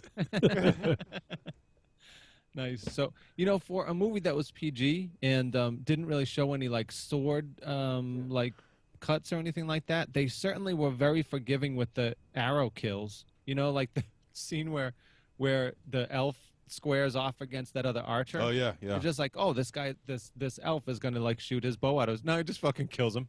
But to be fair, early 80s PG isn't like modern day PG. Yeah. But it's weird. Like, these guys weren't very heroic. Like, they were all, I don't know, they could have pulled it off a lot better, I guess. But they were all kind of like rogues, you know what I mean? And I think that's kind of what it was. I think it was supposed to be like Robin Hood and his merry men, and they happened to be a dwarf, an elf, and a giant. You know what I mean? There was no subtext at all, but it would have done this movie. It would have done this movie. Ready? Watch this. Look right here. Ready? This is my favorite thing ever when I was a kid. Ready? We're watching the scene where he just a ate a whole fish. Do a screen share on it. Does a great cutaway. I think that it's PD. He's got the fish right towards his mouth. They cut away and they go back, and he gives the best look on either end of eating the fish. Yeah, it's amazing. He's eating the fin at the very end. So this movie would have done done itself good to have some undercurrent of that these people were maybe not necessarily like Hawk's buddies, but all people that owed him something, and Yeah. they were sort of the people that were bad enough to get the job done. You know, another Siege film that this reminded me of quite a bit, which actually followed through on his promise of being a Siege film, was Ironclad, I believe it was called. Yeah. Oh. That's recent, right? Like Yeah. 2010. The or Rhino something was like in that? it. 11. Rhino? Yeah. Like Paul Giamatti. wrestler? Paul Giovanni, yeah. Paul Giamatti. Paul Giovanni Ridibisi. So Ledger did say, he did pipe in a little bit. It says, I saw this in the theaters when I was 12. It was friggin' amazing to me. The Uber bow and the Uber crossbow stuff was so much fun. I just love the R2-D2 and C-3PO interaction between the giant and the dwarf. Mm-hmm. I still vividly remember Palance's sword bending against the dude's chest. Yeah, that I think he's right. I mean, that's kind of what made this movie not so completely awful. You know what I mean? Is like occasionally you would have like the elf, for example, talking about how he was the last of his race and stuff like that, and that was a cool speech. And then the food interactions in the Abbey between the giant and the dwarf were also awesome. Like those are the scenes that actually gave this movie a lot of heart. Because if it was just the action, then just no way. It sort of reminded me of almost like Nightcrawler and Colossus, maybe. You know, that sort of like, you know, big guy, kind of like really innocent almost. Big guy and like a really impish little guy. Tavarish. See that? So, yeah, what more do I have to say about this movie? The silly string thing was worth the price of admission for me. I think John Terry's acting as Hawk was terrible. I think the directing was terrible. But the movie was definitely a lot of fun. There was enough kind of going on and enough different scenery to chew up a little bit that it kept it interesting to me. I didn't find it slow at all. That's one thing it wasn't. No, I mean, they got, I mean, like I said, they got right around. Like, they introduced an entire situation and then just, like, skipped right past it. I mean, it doesn't get any faster than that. Even to, like, the MTV, like, generation, like, I couldn't even imagine this being slow. Like, maybe stuttery because they set up stuff that they didn't exactly follow through on. You know, like, for instance, the last, you know, on paper, if you're being formulaic, the last 20 minutes to a half hour of this is them defending that stronghold, right? Yeah. But that didn't happen. Right. You know, exactly, they spent a lot of time talking about fortifying it and stuff like Yeah. that, and they just had a way for That was people another to one of my favorite. That's another one of my laugh out loud scenes is when the giant was guarding the door, and then you see the nun pouring the like sleeping potion into his grog or whatever. He's there.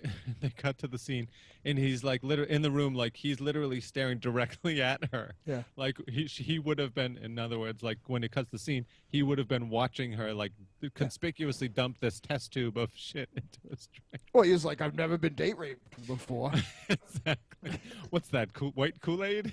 Jack Palance just threw her broad down. Yeah. Oh, Yeah. she put fire in his face. Yeah, that's right. The scene is really slow.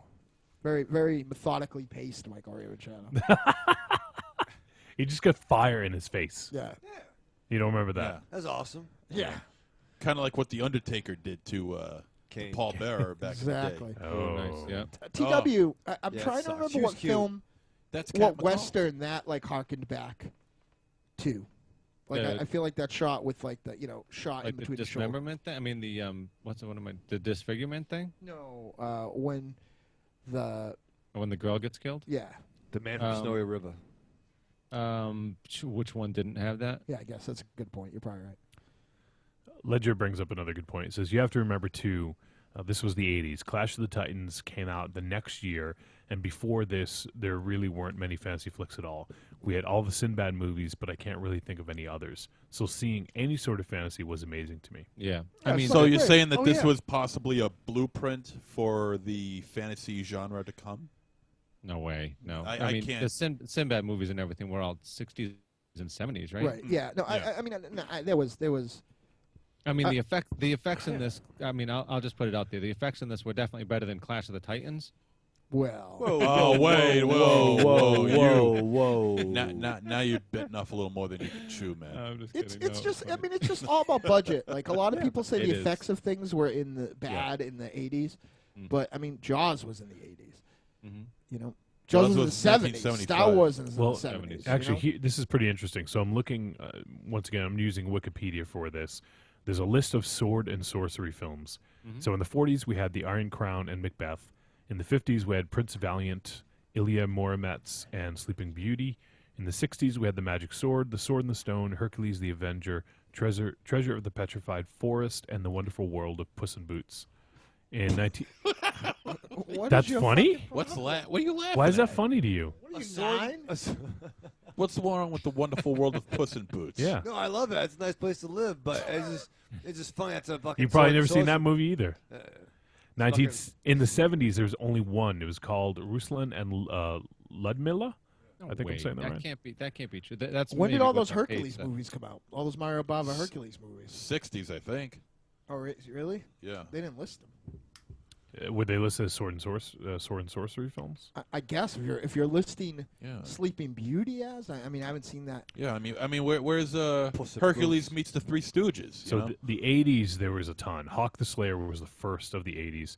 Clash of the Titans, Dragonslayer, Excalibur, The Beastmaster, Conan the Barbarian, The Flight of the Dragons, Wow. Sorceress, Sword and the Sorcerer, Sword and the Sorcerer is my jam. Conquest is in there, I'm sure. It's Deathstalker, the first tits I saw in the Hercules, Krull, Conquest, Fire and Conquest. Ice, Conan the Oh, was Destroyer. Fire and Ice 80s? Yeah. Oh, Yeah. 83, yeah. 83. Fire and Ice is the fucking best. I remember Yeah, that it's- movie, it's yeah. fucking Haven't incredible. seen that in a long time. My boy Frank Frazetta, Ralph Bashke, right there. It's two Yep. great tastes that taste delicious together.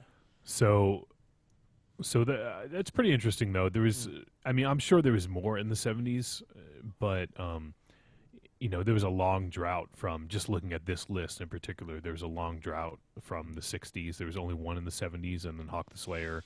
Did they list the Sinbad movies? I missed it. No. Yeah, I don't see him in here. So those are But they, certainly but they sword and should. sorcery Yeah, they movies. should be. Those weren't 70s though. I don't think they Those were are before that. 60s. They were weren't late. No, they weren't. They were late. Or 70s. late 50s, They early were 60s. not. They were late because Sinbad and the Eye of the Tiger came out in the 80s, maybe 79. Okay. Yeah. Ledger says Sinbad was late 70s. Yeah, don't fuck with my Ray Harryhausen. There you go. He said it's actually amazing. Oh my God, the boobs on this. Which movie was this? Golden Voyage of Sinbad. Oh, That was the same girl. Caroline from, Monroe. That was the same girl from Maniac, right? Yep. Caroline Yeah, Monroe. She's amazing. She was in Live and Let Die.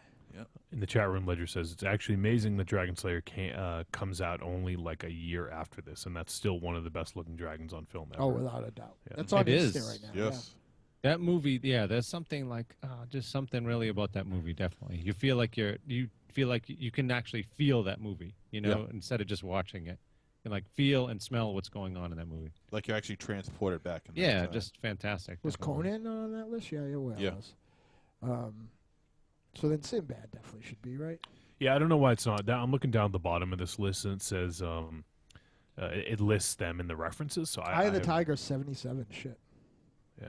And for those who want to know, Dragonslayer is on streaming Netflix right now. So I'm Didn't I booting just that one fucking say that? up. I don't pay attention to what you say, man. You think I'm too unfortunately, busy? I'm too busy listening to your shit. You don't pay attention to what I say. To Why listening should to, I? You're you too listening busy to his shit? listening to my shit. I'm too busy listening to your shit. I got better things. Do you to do. have, is that All like the words- is that like the recordings you have, the Jim Jones tapes? Yeah, this is like you your- listen to Dynamo shitting. This is like the weird alien Mad Lib. The weird alien Mad Lib machine that supplies his sentences like is fucking broken because like it's not.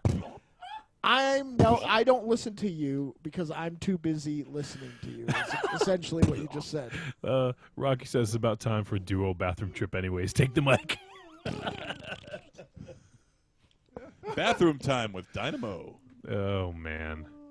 So I don't have anything to add as far as the review goes. I'm watching it now. I'm actually like almost an hour into it. Obviously, it's not very good without dialogue. I can't really tell what's going on, but I actually am surprised. I thought Jack Palance would have been the good guy. I don't know why. That's what I thought. What? too. Yeah. What? Jack Palance? Yeah. Has he ever been a good guy? He's like a quintessential. Wasn't bad he guy. in City Slickers? How many times we mentioned City Slickers already today? Yeah, he was fucking curly like a motherfucker. He was a good guy. Yeah. Just have a dick. Yeah. Yeah. Oh, that's kind of a dick move right there, huh? He'd have had a gold. Oh yeah, it was awesome. Yeah, these guys, all these like rogues were definitely like chaotic good at best. That was for Yeah. Ledger. Yeah. Yes, he was chaotic good. Whatever. At least I watched He it. was definitely not neutral.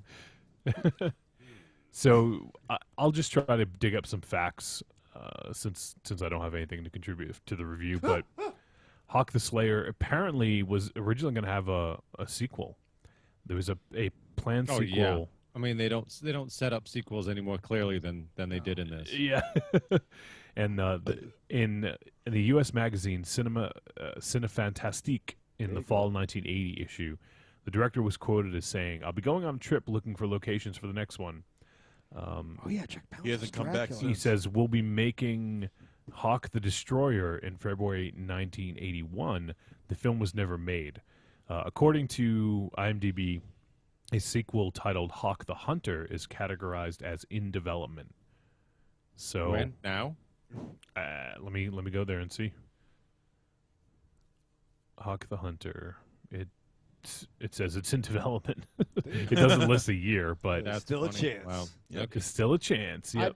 If Hawk. All right, Ledger, you ready? If Hawk the Hunter comes out in theaters, right? We have to meet somewhere in the middle of the United States to go see it in the theater. Just go meet in Chicago and hang out with Psycho Patrick. Okay. Get Yeah. some There you go. get Well, some if we deep go dish. hang out with Psycho Patrick, that popcorn. will unfortunately probably make this have 3 people went and saw it. What? And I don't know. I was looking at this website called badmovies.org, I and looked at that too. yeah.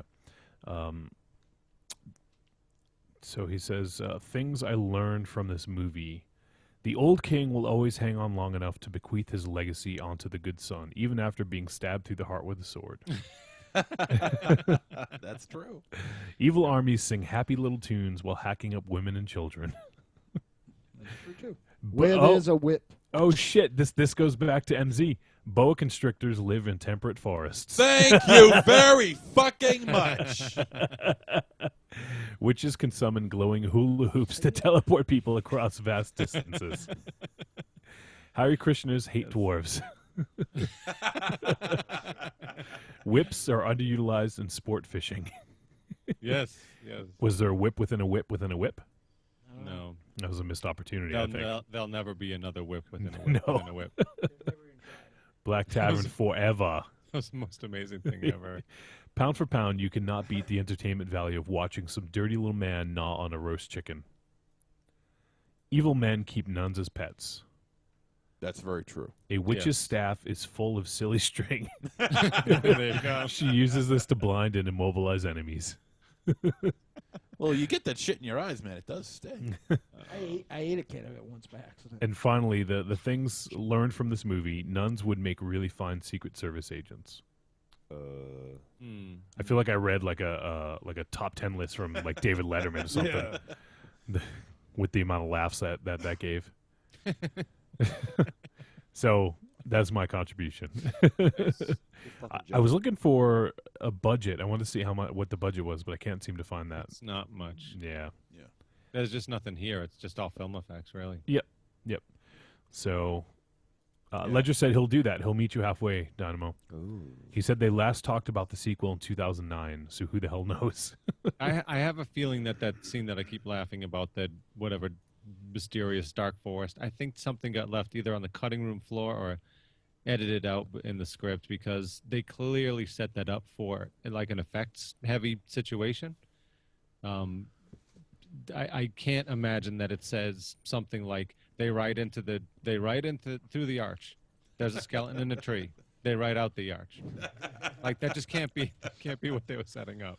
I have a question for you, MosterZero. Yeah. How do you know that boa constrictor wasn't someone's pet and it got away? Yeah. Exactly. Because I just felt that that was never even alluded to. I just thought, Remember, I just thought, the way the camera was panning, I figured, it was, you got this scenery can with you the tell me forest, beyond and a shadow you of a doubt be quiet. that there's not a giant indigenous snake in England? Do you know Hey, that for sure? excuse me. First of all, The guy shut on the up. internet agreed with me. No, the guy with the internet agreed with me. That's what I'm saying. Making fun of you, He was playing you in that. Marlon Perkins. Did you ever think that maybe that was James Earl Jones from Conan in the tree? James Earl turned into a snake? James Earl Jones, Edward James Olmos. Yeah, where do you, I mean, all those snakes that St. Patrick got rid of had to go somewhere. So this is your argument to me is about the snake in the tree. Right. This is your argument. This is the best you got. No, the best you have is that you don't like it because there's a snake in the tree. First of all, I didn't say I didn't like it. I said I have been undecided. I never said I did or didn't like it yet. MosterZero's Open Wild your ears, Kingdom. jack off. All right, you guys ready to go to the verdict? MosterZero's Wild Kingdom. Snakes don't belong there. Boa constrictors rather don't belong there. They just started dating. Today we're looking for the rare Hounds of the Baskerville Moor boa constrictor. Found in the outskirts of England and Northern Ireland. They keep talking. They keep talking about stuff like Middle Earth stuff. How do you know this isn't in like Middle Earth? Oh shit! They talk about a lot of Middle Earth stuff in this. No, because I mean, there's no elves in England anymore, but there used to be. Yeah, how do you know that? Didn't Patrick get rid of them too? Yeah, how do you know that this isn't Greyhawk, for instance? What Bob and Tiny and I were talking I about. love that the snake is unacceptable, but the elf I is know, totally this is- fine. That's fucking normal. What the fucking snake? Really? The boa constrictor does not belong there. No, but the elf is fine because they they roamed the temperate forest of England. during that Of time. course they did. Didn't you know that elves are indigenously English? Well, that's true. At least they're not Iroquois. No. An Iroquois elf. All right, verdict time. Boa constrictor. Trick or treat, baby. I wonder if people would say you're a trick or a treat. Trick or treat, motherfucker. All right, now we're going to go ahead and everyone's going to give their verdict. What? What was that? This is where we say whether we feel the film is a trick or a treat. With Raven Shadow keeping track here. Trick is bad, and treat is good. Treat good. Give me. I'm gonna. You got it? Yeah. Can you write down? Give me a pen. We could have a tie tonight. It's possible because I can't break the tie. All right, Dynamo, why don't you kick us off here? Just like MosterZero is 25% Native American, I am 25% Welsh Dorchester, Great Britain boa constrictor. So I know for a fact that my ancestors lived in the temperate forest of Fantasyland in England. Well, your scaly skin would give that away already. That's a zinger. Yep. This week on MosterZero's Wild Kingdom, the ferrets ran amok in my apartment. They ate my shoelaces. Crazy old ferrets. Hawk the Slayer, a film that has a foxy blind witch, a not very tall giant, and a Vulcan. I call this film a treat. That's explained. All right. All MZ, go ahead. One thing I forgot to mention was the when they go into the church to take over the church and they're like berating the nuns and everything. There's like the Mother Superior, and they keep referring to the head nun or the Mother Superior as the old woman. Meanwhile, she's probably no more older than the guy's kid, you know. True, Which I thought was pretty funny. Yeah. And the more you guys started talking about this film, the more I'm starting to lean towards a treat, because it's a treat. Based on this alone, look at the way they shoot fucking arrows. I know, it's fucking It's like, nuts. look at that. They just fucking like rewind the film and Right. That's what this awesome. movie is about. Okay. I mean, for any kid that saw it, like Time out. now listen to Ledger and Dynamo, and it's just like obviously when this movie came out and you saw that, your mind was completely exploding out of your head. So good on them for working that. Yes. I'm going to say that this is a treat because it's unintentionally hysterically enjoyable. I mean, you could forget about the direction. Well, you can't really forget about the direction, but I mean, once you realize who you have in this film playing the roles in the way that they're playing it, in the way that the director wanted them to play it in, and with the way that the movie is edited and shot, and some of the dialogue is actually kind of LOL out loud, LOL out loud. I just LOL'd out loud, and with that, because it is unintentionally funny. That wasn't their goal. Their goal was to make a rather serious, I guess you could say, serious PG-rated sword and sorcery flick. And despite the fact of no violence, or no gore, I should say, there's plenty of violence, and nothing that what made Deathstalker so great. Right. It's overall cheesiness of the film that it really is. Now that I think about it, is rather overwhelmingly fun to watch. So it's not interestingly boring. It's not. It's interesting. I guess you could is say it boringly hysterical. You're boringly hysterical. I think. But yeah, I'll say that this is a tepid treat. Okay, Raven Shadow. Yeah. Who didn't see the movie? I saw it more than you did. No, I don't know. No, I don't know. I'm about an hour and 2 minutes in right now. But realize you haven't heard a single word that's coming out of these people's mouths. Yeah, but I'd still probably understand it more than he did. Well, I don't know what I watched. No, I mean, yeah. You'd understand it more than him if he sat and watched it attentively. Yeah, no, it was fine. I understand that if I saw this as a kid, this would be, the shit, and I get that. It was fine. The movie wasn't bad. It just didn't really move me. You know what I'm saying? So it's not its fault. It was fine. The acting was fine. The directing was fine. And this was a time before, other shit came after it.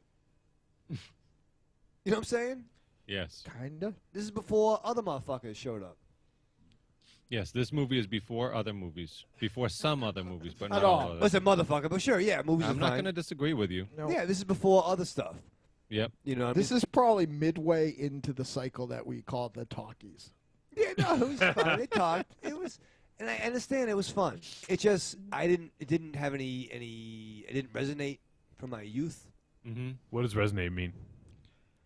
I don't know what it means. I don't know. How did his fiance die?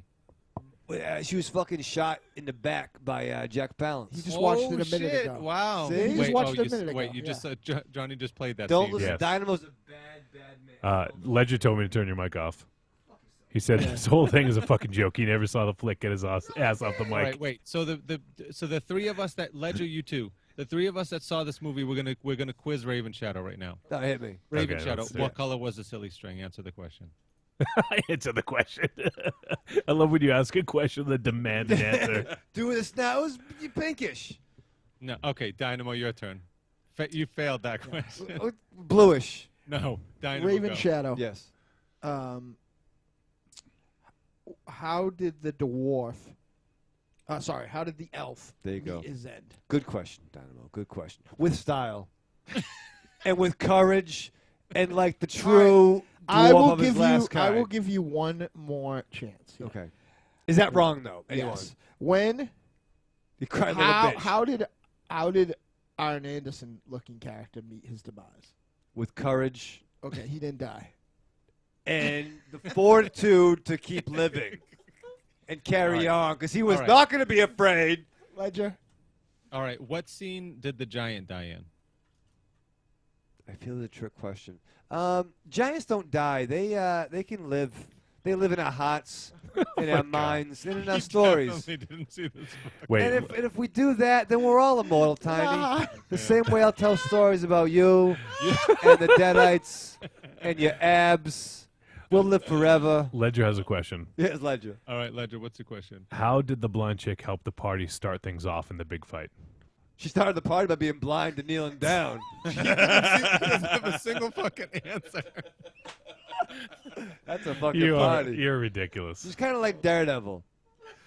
All right, Raven She Shadow. has tactile. What? Where did Hawk find the dwarf? Down low. What the fuck? You look down. It's not wrong, right? How many snakes were in this film? One. one non-indigenous snake. By the way, you know what I mean. The rings. Remember that? I can't say its phylum name because I don't speak Latin. Expecto Patronum. This is the description of the adder, indigenous to England, Great adder. Britain. The head is fairly large and distinct, and its sides are almost flat and vertical. It grows. Talk on the mic. It grows to a big one that can grow. The average is 22 inches. The largest have grown into 41 inches. You know you're creating a soundbite right now, yes. right? So, how do you know that was not an adder? Blackadder. It was Blackadder. It was Rowan Atkinson. Yeah. Which What was if it was a indigenous. very small snake, very close to the camera? Ooh. Which was indigenous to that area. Looks like a boa constrictor for my money. It's very possible. Let me see. Do you have a picture of it? I have a picture of two. Why together. can't we trade Ravenshaw for Ledger? Why? He's in California. We get some hard-hitting reviews about this movie. These are both. I brought the You insight. actually, I feel like I'm off the hook.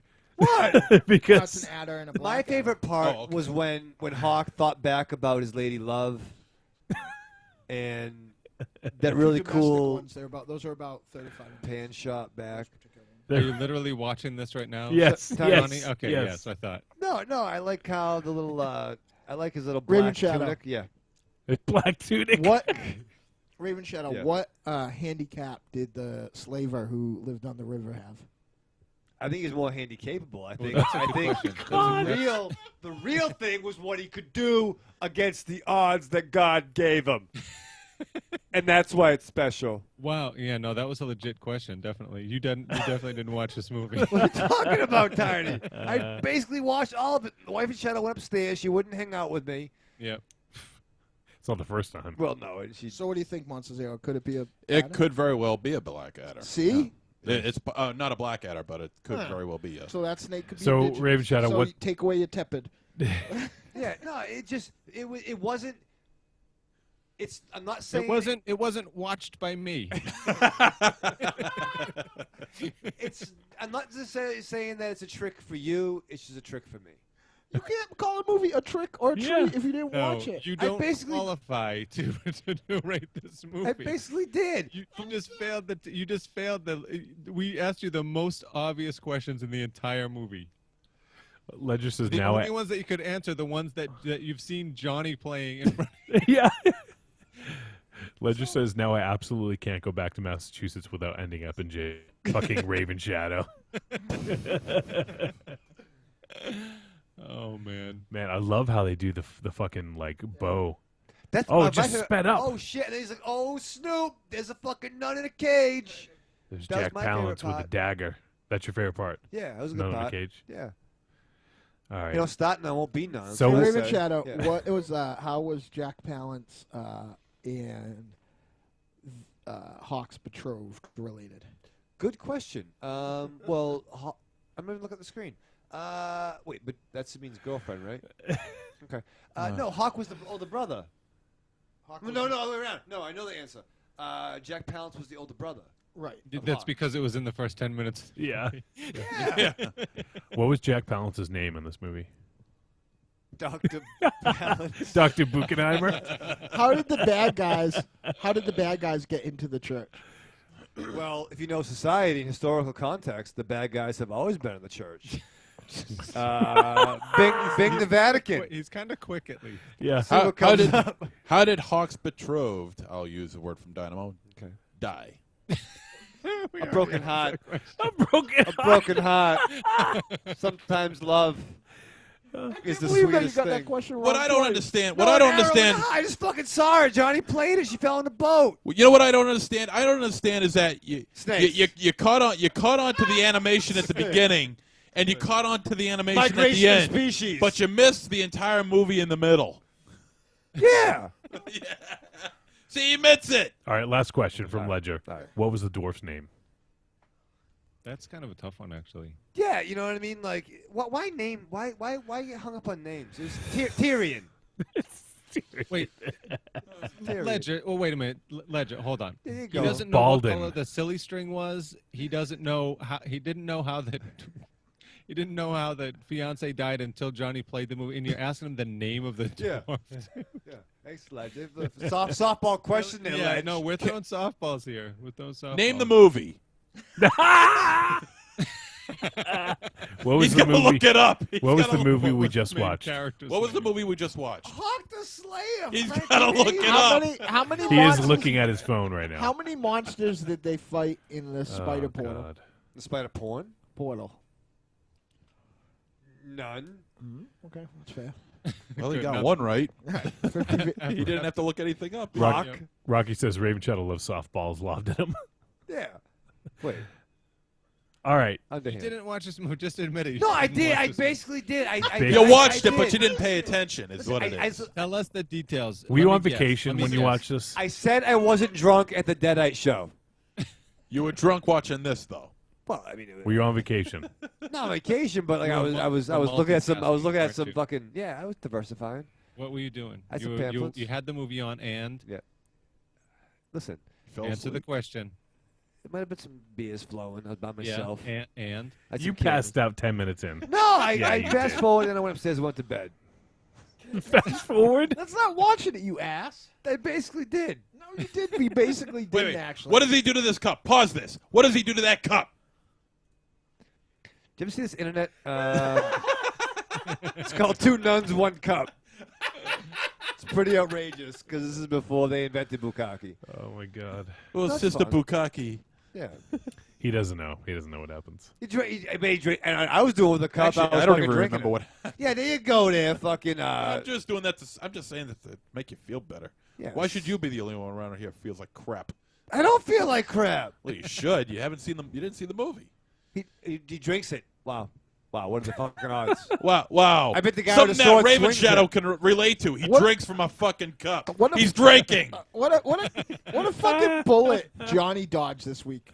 I know. We could Thank give you. him the high hat Yeah. about not seeing Thank this you. movie for fucking ever. We're still Thank talking you. about Sugarland, Yeah, Sugarhoof. Sugar Hill, or whatever it's the only called. thing worse than not watching the movie is not watching the movie and saying that you did. Yeah, exactly. No, I did. I basically watched At the least movie. I fucking like, Basically. owned up to it. You Yeah. know? You know what? No, I did. You know what? Ash in Army of Darkness basically just said the magic words. Right, too. Yeah. There you go. That's fair enough. Careful of what you try to defend him with his gimmick infringement is showing. Yeah, I know exactly. All right, that's it. Tiny. Ugh. Wait, did you even say trick or treat? I said it's not. Yeah, but who cares? He did. I don't even I remember. did. him saying I gave it a He little said it's spin. not you a don't trick. count. I must have Yeah. been drinking when he said it. I don't Not- remember it. I'm not saying. As far as Raven Shadow's review goes, I forwarded it to her, went to bed. What was it? It's not necessarily a trick for you. It's just a trick for me. Jesus Christ. All right, Tiny, please save us. You're Please. You are Oh hopeless. my God. What just happened? Like, really? The silly string was green, by the way. Johnny, forward to the silly string part. Where is it? It's in the beginning when they first they're tied up in the castle, I think. What Dynamo, what scene is that? She rescues them, right? Yeah, it's when the dwarf dies. No. That's not that part. You didn't see It's, it either. I think it's early on. They're tied up. But No, you'll she find it. she busts in the door, It's an epic scene. and it's how they get out, and she like helps them, like untie. Right. When they're tied up. Right, that's at when Jack Palance stabs. Oh yeah, dude does die at that part. You're right. Yeah. See? Yep, you're right. Balden does die at that part. So, like I said, this movie it's totally absurd. But I mean, if you like sword and sorcery movies and you expect it to be kind of like one of those like fun, awful situations where you're laughing at the situations and the acting and stuff, then it's going to be a treat. It's a treat for me. I enjoyed it. All right, there you have 3 treats and 1 unknown. No, just 3 treats. That's it. That's yeah. all we can and I imagine Ledger. Why don't you go ahead and give us one yours? disqualification. I don't think we even have to ask. Treat. That's what Ledger says. So there you have it. Everyone who saw this film said it was a treat. You really missed out on something, Raven Shadow. Yeah. Interestingly boring film. Yeah. I have a question. I know MosterZero is leaving soon anyway. What were we gonna do next? Well, I'm about to get to that. Okay. Not movie-wise. I think you're going to crucify Raven Shadow for not watching this movie. Do you watch Sugar Hill yet? Yeah. Watched it about a year ago. Yeah, I watched it. Yeah, that's a ticket. right. A year ago. So we're continuing, as we mentioned earlier, through the month of June. We're going to be reviewing films recommended by our listeners. Ooh. And next, since he's been so fucking awesome in writing in and sending us emails, we're going to pick a film from our buddy Luan Tron. Whoa! We're going to pick The Seventh Curse. This is directed by Nam Noam Choi, who I can never say his name right. And same guy who directed The Cat and Story of Ricky. Nice. And this has Chow Yun-Fat. He's not the Whoever lead. thought that dude was going to hit the 3 list on Trick or Treat Radio within the first 100 episodes? What was? Oh, we didn't do. Yeah, we didn't do Story. We didn't do Story of of Second. Ricky. Yeah, We should though. But it's much like something else we were talking about the other day. We talk about it all the time. Yeah. So this is supposedly a batshit crazy movie. That's what Luan told us. So Luan, thank you for this recommendation. Thank you, Luan. This is one I'm not going to miss.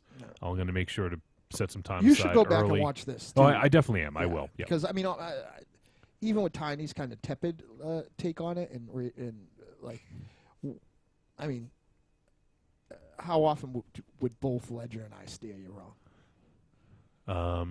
Knowing you both, probably a lot. No, I mean, no, I'm just kidding. Yeah, I definitely want to check it out. Movie-wise, I mean, I will check this movie out for sure. So, and then if I do, I'll give you my quick rundown review of it. So next week we're gonna watch The Seventh Curse. Thank you to Luan. And Luan, if you want, send us your own review of this movie. You know, just shoot us an email, voicemail, put it up on the Fib, whatever floats your boat, man. We'll be hearing from Luan a little bit later. Send us another email. So, cool. So Seventh Curse, you guys all have it. We'll watch that. Oh, we have it? Yep, you have it. It's on. Dumbass. Yeah. Did you lose your Hawk the Slayer disc? No, it's still on my DVD player. All right, it's on there. Took out Game of Thrones to put that in. The fuck was I doing? Jon Snow climbing ice. What? All right, so that's it. MZ. Well, I think we probably won't do a double tap because I think what we're going to do is probably talk about the show and then do some feedback and wrap up. I also might have to. This is a very rare occurrence, but I also might have to fly out a little earlier because at midnight it is. You get fucked by the devil. No. You turn back into a I pumpkin. guarantee you, because it's not my birthday, I'm not going to get fucked at all, though. It is my special lady friend's birthday, and we have a stand-in at midnight on our birthdays. We usually do something, so we'll try to get do home close something. to that. Ooh. It's what we do Hey on her now. birthday is significantly different than what we do on my birthday. I guarantee that. MZ, do you want to recommend a better fantasy film, sword and sorcery film? What's your favorite? Oh man, do you have a favorite? Probably Dragonslayer. Dragonslayer. Yeah. Okay, and you already recommended that one. So Yeah. all right. I haven't seen it in years, so this is like kind of a slanted recommendation. But I remember going batshit crazy for the Sword and the Sorcerer. The sword like fucking shoots in that thing. I think it's like a sword that looks like a fork. I think it's like a hilt with like 3 blades coming out of the top. Mm-hmm. Lots of like a whole Deathstalker style brothel scene. Like, Which film do you guys like better, Hawk the Slayer or Deathstalker? From those who saw the movie, I like Hawk the Slayer. Deathstalker. Deathstalker. Tiny. There's definitely more boobs in Deathstalker. Yes, definitely. There's definitely more foxy women, though. Well, no, you're not more, but the women that are in it are more foxy than they are in Deathstalker. What? There's only like 2. Yeah, and they're both super real foxy. Yeah, and there's like 15, 16, 17, No 25 way. foxy I mean, women in Deathstalker. It's fun, but like that scenes like that in Deathstalker, you think that the California technology section's in there because you think it's Silicon Valley.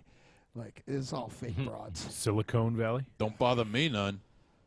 Huh? I don't know about that. Were there a lot of fakies in that? There was some floppy tits in there for sure, but there was a lot. Yeah, of but floppy's Playboy not fake. ones. Floppy Yeah. would be real. Right, but there was a lot of like Playboy, like at full attention ones. Yeah, okay. It got all my right. attention.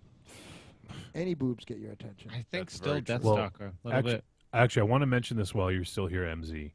2 screenings coming up in the next couple weeks here. First of all, we have the Arkham Film Society. Our buddy Josh is putting on another screening on Monday, June 16th at 8 p.m. at the Black Box in Providence, Rhode Island.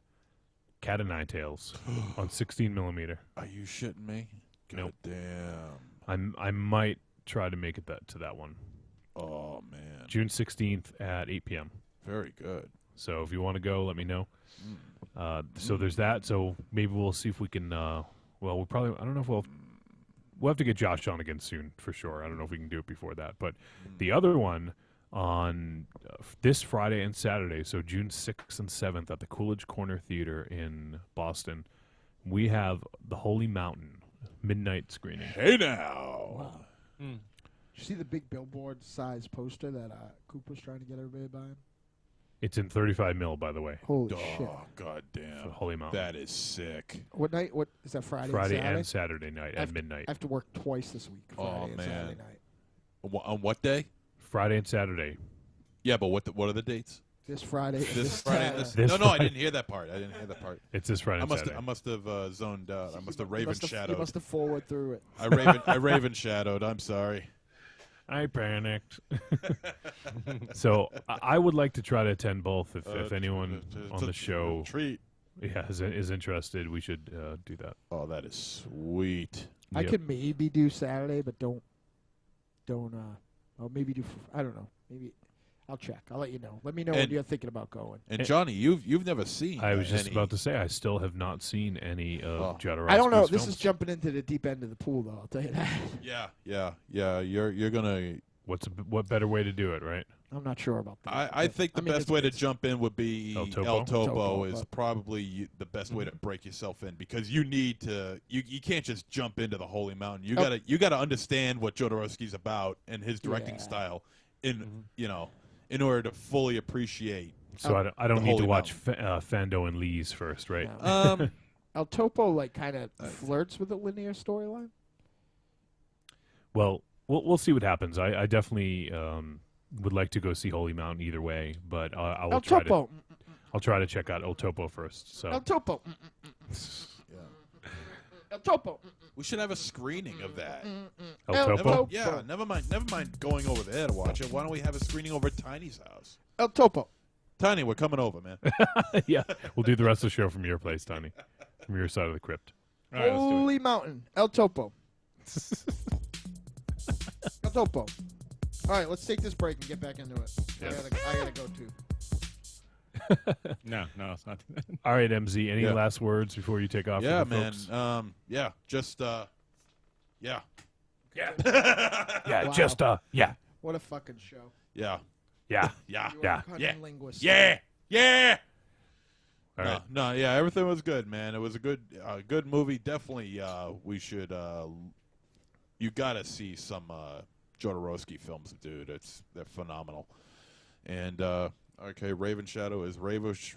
He's taking a whatever. What? And I'm tired, dude. Just go. And Go get out of yeah, here. I'm getting the fuck out of here. See you later, everybody. Tiny, later, buddy. Arrivederci, douchebags. And we'll be right back. Do you love a scary story? Do you love to dance? The Big Scary Monster Hunts at Midnight is a collection of dark songs about sex, love, death, revenge, and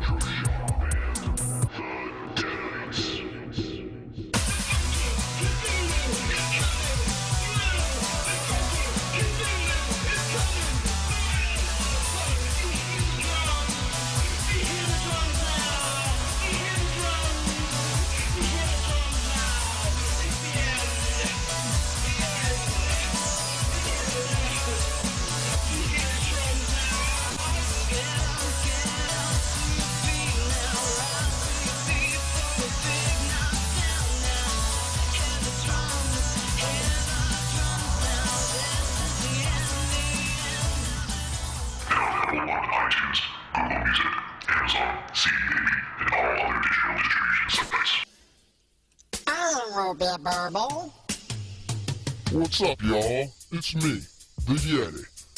Telling all the ladies that they couldn't be more fine and that we should knock those boots like Frankenstein. When I want to get my nerd on, I go to Facebook and I go to the Trick or Treat Radio Facebook group. That's the place where I get to talk about all the hip new horror movies, all the cool comics. What comics? RPGs, video games, you name it, we're talking about shit on there. And you could not be any cooler if you were the coolest kid in school. Be the first kid on your block to swing their cock over at the Trick or Treat Radio Facebook group. Just go to Facebook, search for Trick or Treat Radio, ask to join, and it's like Nerd Nirvana, baby, without the shotgun blast. This is the Yeti, signing out. See you at the Trick or Treat Radio Facebook group. Follow us on Twitter at The Deadites, TheDeadites.com, and TrickOrTreatRadio.com.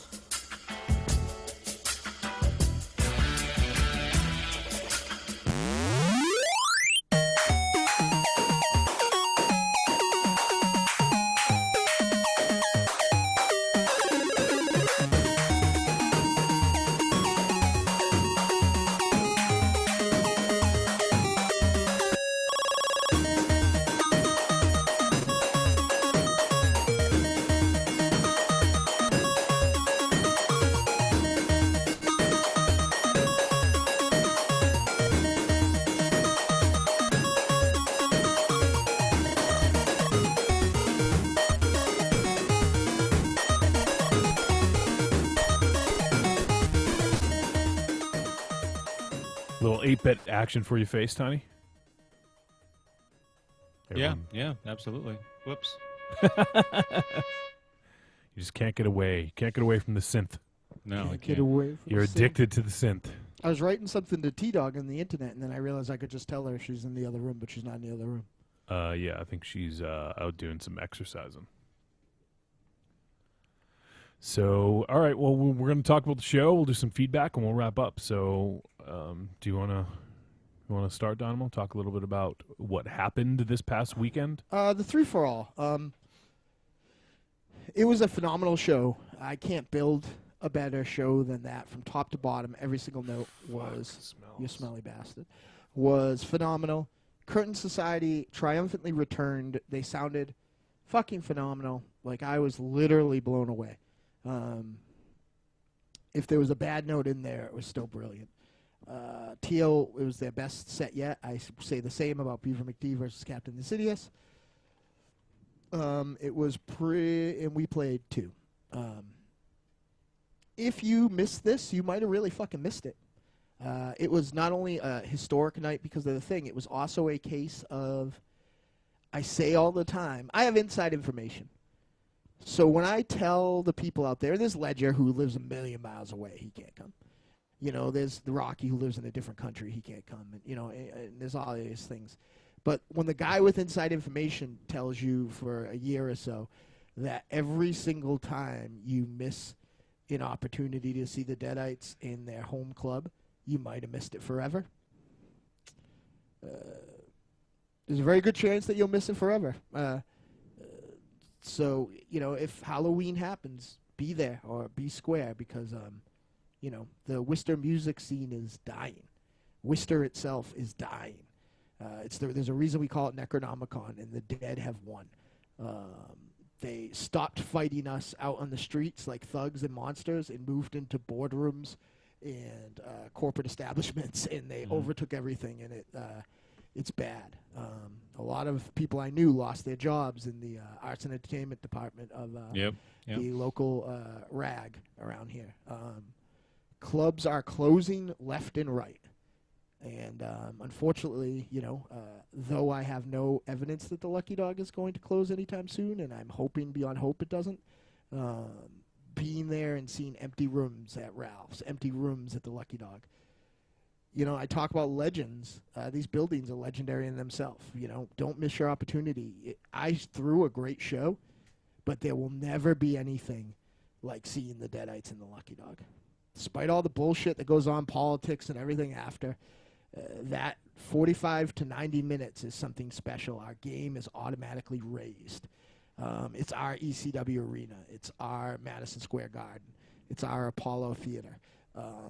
You know, and if there's a day that's gone, you missed it. You know, I'll be there next time. I'm going to catch you on Halloween, Dynamo. Maybe not. Maybe I've lost my voice forever. I'm getting raspy right now doing the show review. Imagine how hard it is for me to do the show.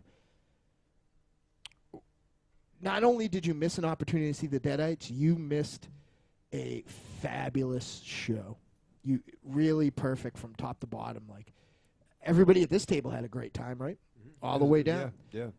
I didn't see very much Johnny Wolfenstein on that night, but early on I did. But it was great. I was so happy to see Curtain Society. They picked a set. It would have been very easy for them to kind of cater to their more modern fan base and play a lot of stuff on their last album that came out, Every Corner of the Room, which is brilliant. But they played a very long-time fan-friendly set full of deep cuts and oldies that are goodies. So it was so good. Roger Lavallee sounded phenomenal. On a tech side, it was great, even though he was working for a different band, to have longtime sound guy and Deadites engineer Paul Dagnello in the room. That was fucking great. To just have him there made me feel good. The robot came down from Philadelphia. Evil Barry Dennis was even in. That's how historic this was. Evil Barry Dennis came from Los Angeles to see this show. It was fucking phenomenal. And the Deadites, like I said in the intro, despite personal problems, despite personal injury, I think fucking tore it up. Andy Christ repaired his saxophone in the basement and relearned to play different notes based on how it was broken, and he couldn't fix it to do it, and showed up and did some cool stuff. Ethan Magloofabits tore it up on stage. Both girls sounded amazing. Miss M owned that room in a way that I don't know that I've ever seen anybody own that room. Yeah.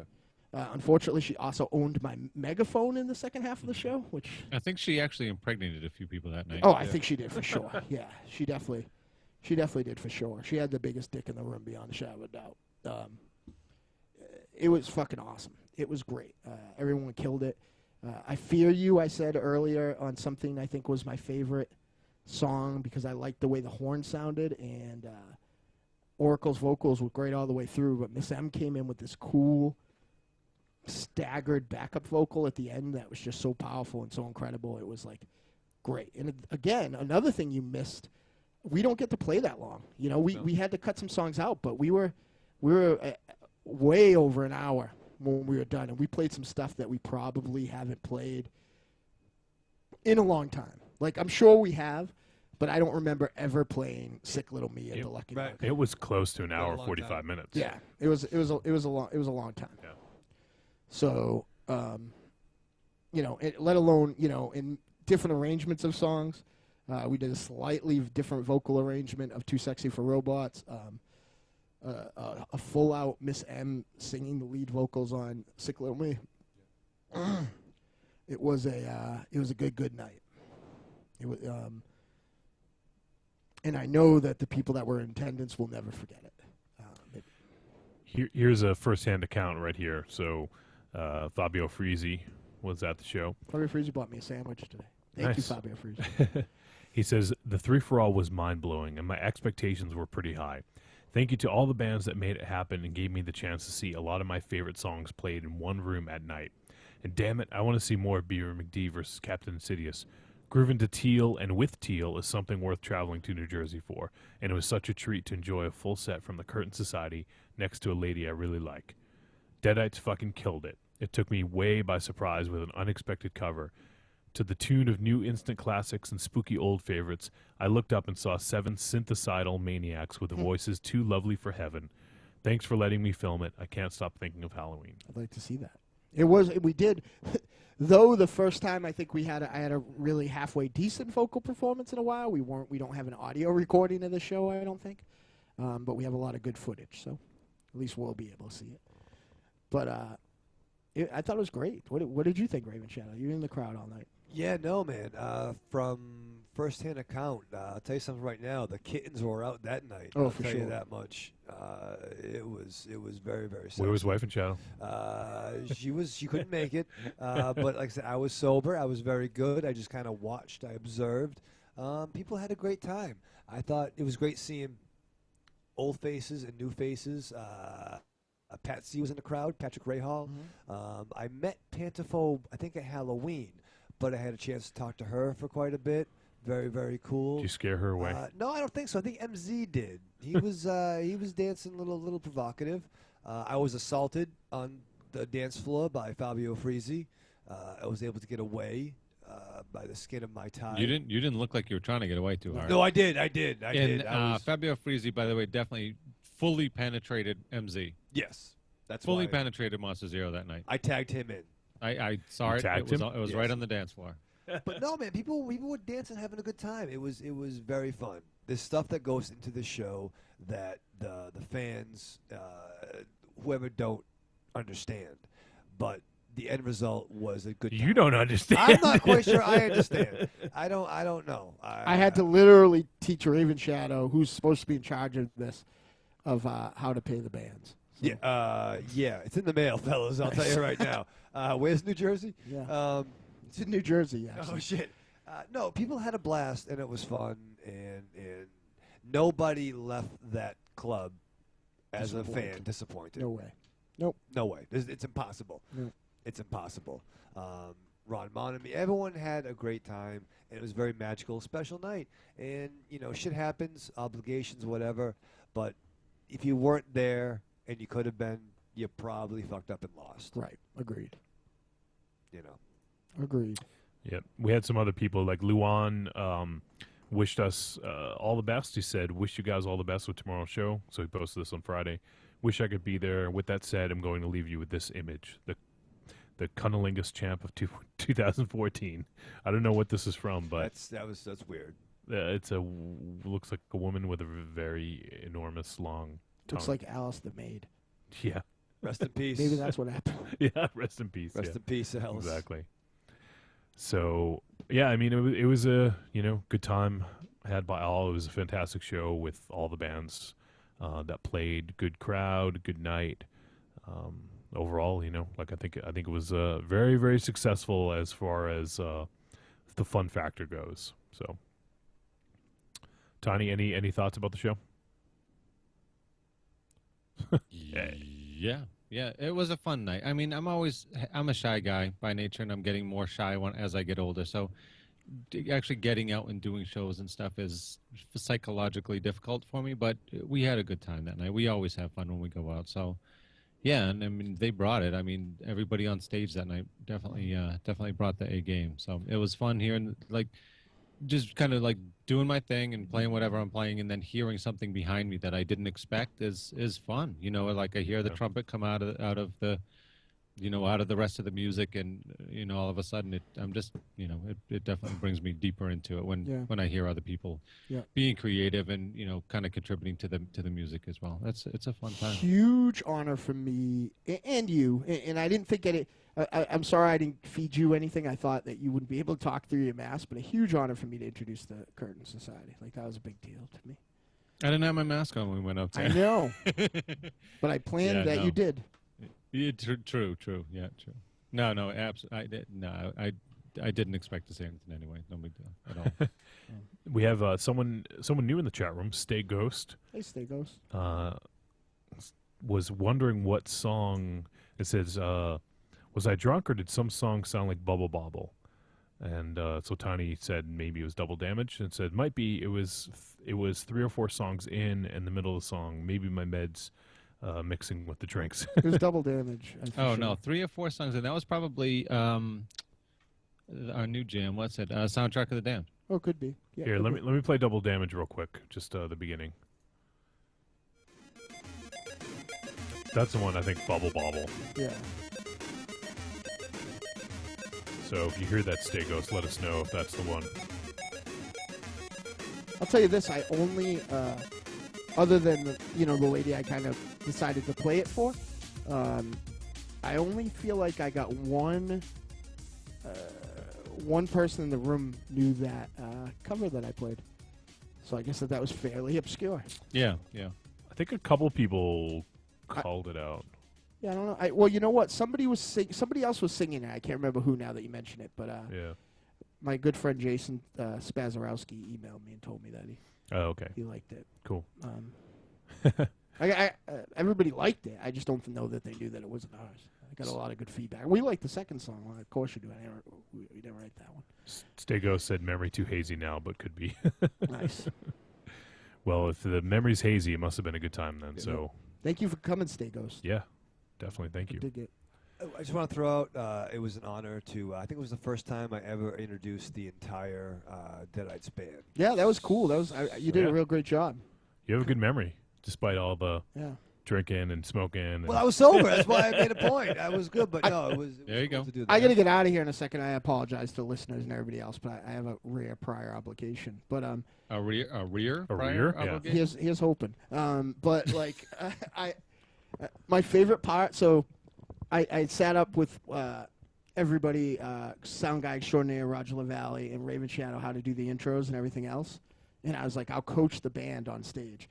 And there was a brilliant part where I was like, okay, Ethan, wait until this strikes. And he goes, all right, as soon as the music hits out the door. And I know Round Trip Jones was probably on a little something to get him through the night, and I can't see his face. But RTJ was looking at me, and I was like, okay, what you want to do is wait for the music to actually kick in. You get a nod.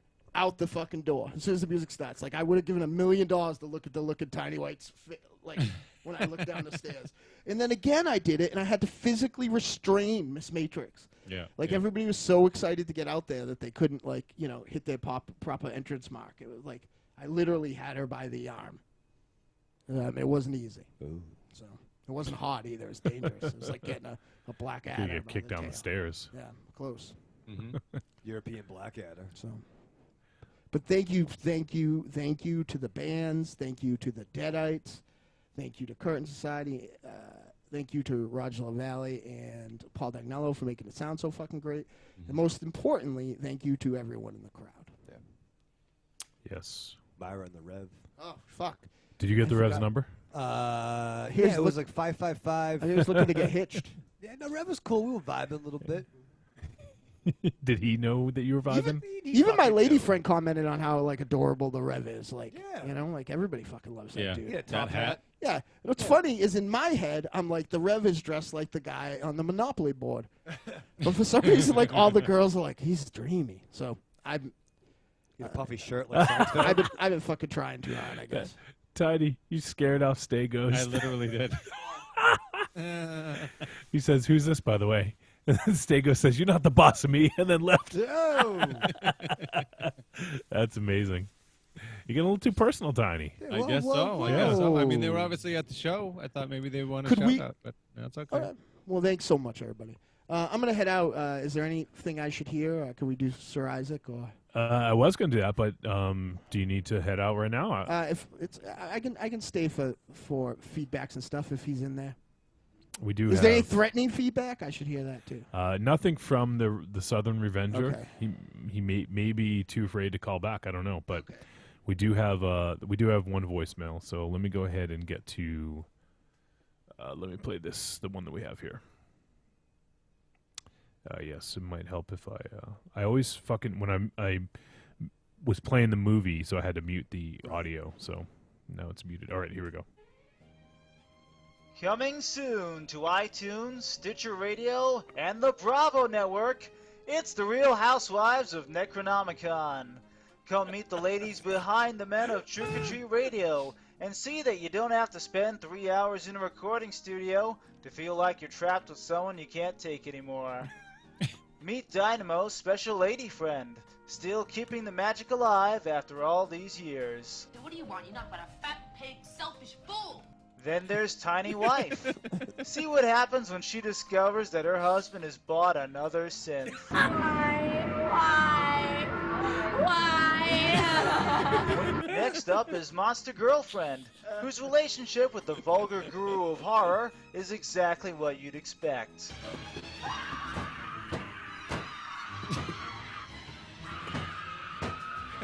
After that, it's time to visit the wife in shadow and see the kind of pride that can only come from being married to a man who does nothing but drink, smoke, and read comic books. To call you stupid would be an insult to stupid people.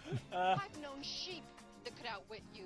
I've worn dresses with higher IQs, but you think you're an intellectual, don't you, Ape? Finally, in a very special episode, Johnny Wolfenstein's girlfriend decides when the time will be right for them to make love. Ew! Get off of me! That's all coming up on the Real Housewives of Necronomicon. Check your local listings for times. And be sure to watch its spin-off, The Real High-End Call Girls of Sir Isaac's Underground Lair. Nice. Yes! I mean, shit. Yes! Yes! Oh! Oh! Oh! Oh, God. I'll have what she's having. Wow. Man, you mentioned the show earlier, and there it is. Yeah, I That was guess. weird. That was fortuitous. Yeah. He must have been listening. Hey, Johnny. Since I let you an unwanted hand anyway at the end of at the beginning of the program, would you mind picking up my duties at the end here? Ooh. Your duty? Yeah. I don't want to pick up. I don't want to touch your duty. It's all Okay. It's all over. Thanks so much, everybody. Sorry to bug out a cunt here early here, but Rampy. I'm out of here. I love you all. Bye. Why don't you just do your own thing now? Because it's not the end. All right, fine. Go get your swerve on. That's not gonna happen. Tell your special lady friend happy birthday from Trick or Treat Radio. Yeah, it's my special lady friend's happy birthday. Well, maybe happy. She has to spend it with me, but It's a birthday. Thank you very much for being awesome, pretty lady. Bye. Tell her big ups herself. Big ups to yourself. I will. Big downs. Big Small downs downs yourself. yourself. Small downs yourself. Okay, bye. Yep. All right. Like So fucking 10 little Indians right now. There's only 3 of us. that's right. There Raven is. Shadow. They're gone now. Tell us the truth. Did you watch the movie? I don't. All right, Danny, fuck this fucking movie, okay? I was watching G.I. Joe cartoons, all right? It's just fucking. You don't like cartoons. I like fucking G.I. Joe because Snake Eyes is a fucking ninja. You like fucking G.I. Joe? It's a code name for America's highly trained special mission force. Yep.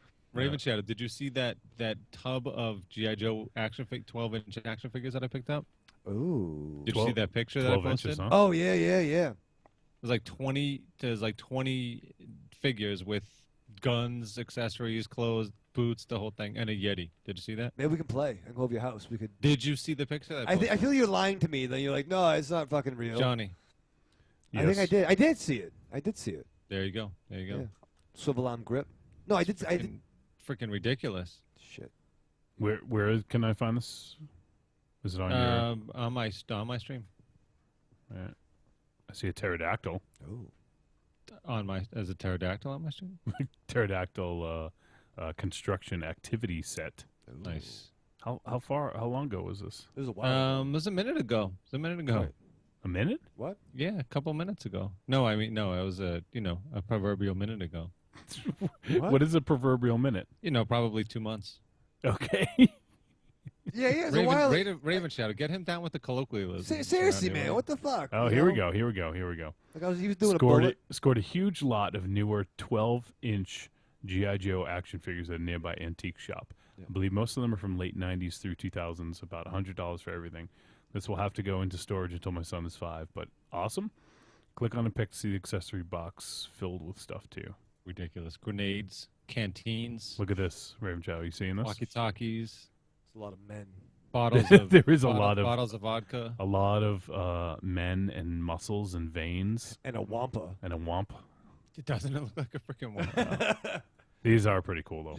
Yeah, they're badass. Definitely. We should play. Wait, did you get these at the Route 9? I didn't. I got them down at the Rhode Island Antique Mall on off of 95, I think it is. Okay. That place is the shit. There's some cool stuff down there. Lots of vinyl. The lots Yeti of old does. stuff. The Yeti. There's a freaking stuffed lion. There's like a taxidermy lion. What? That's what I said. I think they picked it. I don't know. They picked it up from a museum or something. I don't know. It's insane. Some of the shit down there. It's like a museum. It's worth going to just to see what the hell's down there. Should do a field trip.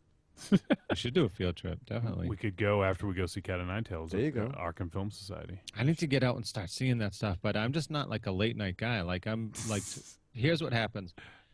I try to get to bed at like 11 to between 10 and 11 o'clock every night, and then this night rolls around. Yep. And it's midnight, and I'm like, shit. I'm down here in my studio anyway, and I turn around, and my synthesizers are looking at me, and I'm like, I'm just gonna make one patch, and then it's freaking 4 o'clock in the morning.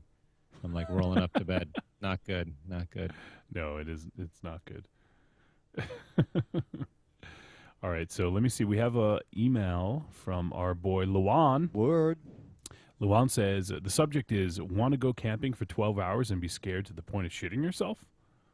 That's a very ominous subject. Probably not, Luan. To be honest with you. I like you, I mean, buddy. I like you, but yeah, I don't know. It doesn't really sound all that appetizing. The emails are cool. Yeah. Keep those coming. So Luan says, what's up, fellas? Luan again with another email. I just wanted to mention a couple of things. First and foremost, great show last week, and thanks for adding me as your friend on the book. So, Facebook. I hope you guys had an awesome show over the weekend. Second, I just wanted to bring something to your attention that I think all of you guys would be interested in. Recently, I was made aware of a horror event called the Great Horror Campout. It is a new event, and I think this is their second or third year doing this, but I think it's something you guys should check out.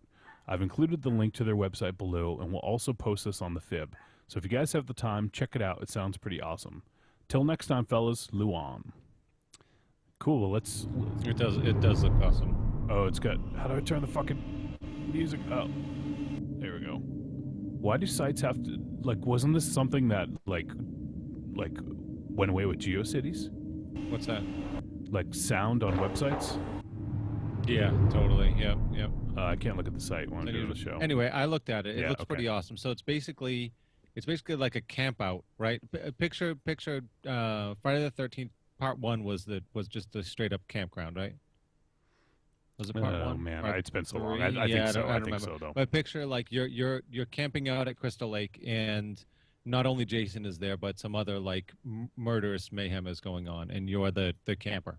Mm-hmm. And you basically have to survive the night. It's 8 p.m. to 8 a.m. in the morning. Yeah, it sounds pretty awesome. Sounds pretty badass, definitely. So it's just it's not like the first thing I think of when I hear those things. Like there was that like what was it called, the zombie walk thing where run for your life. Yeah, I think that was it. Kind of like that, I think, where there's actual like not a lot of physical interaction between the killers, but a lot of running probably.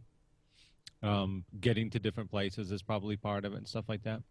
But shit, man, who's gonna stay up all night long, 8 p.m. to 8 a.m.? Definitely not you. Not me. No, I mean, yeah, the killer's walking. I'll be programming a synth.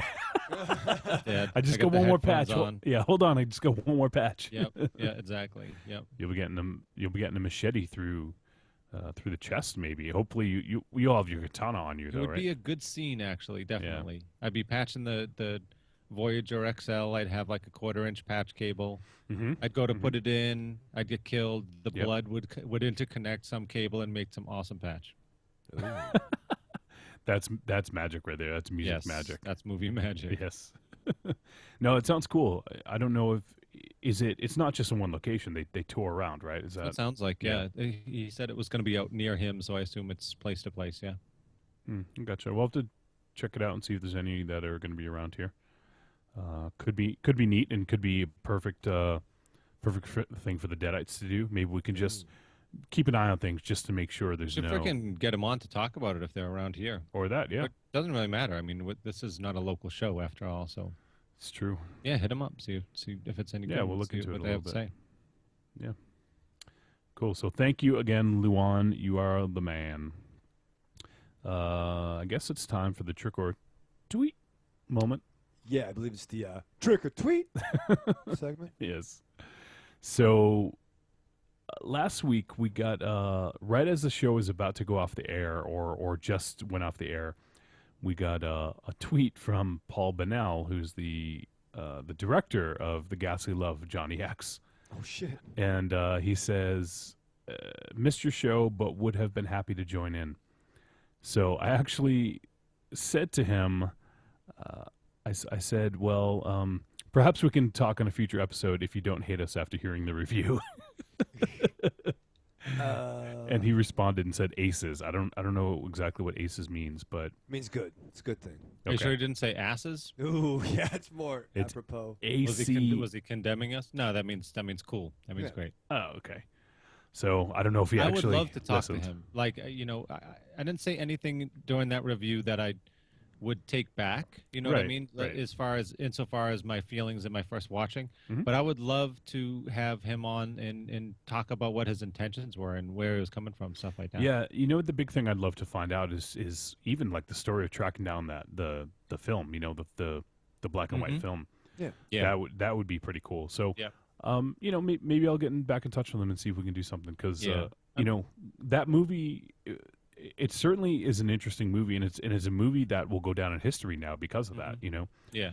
So, I mean, all else aside, whether you love or hate the movie, like huge props, huge respect for the fact that it got made and distributed, Yeah. and it looks great and everything. Like, it may not be your cup of tea, you may not like the acting or the singing or whatever, but the movie looks good and it exists, which is a hell of a lot more than most people can lay claim to. Yeah, absolutely. So that's definitely we'll have to dig into that and see if Paul will want to come on a future episode. It'd be fun to talk about that. We also had tweets from Faces of Bayon, is a metal band, and they actually gave us a little shout out and said, check out our non-metal kick-ass friends, the Deadites, play the Lucky Dog Music Hall, and just gave a link to the show. So that's very nice of them. Cool.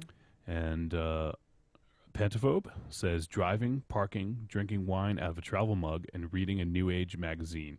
Then seeing the Deadites and Teal and the rest.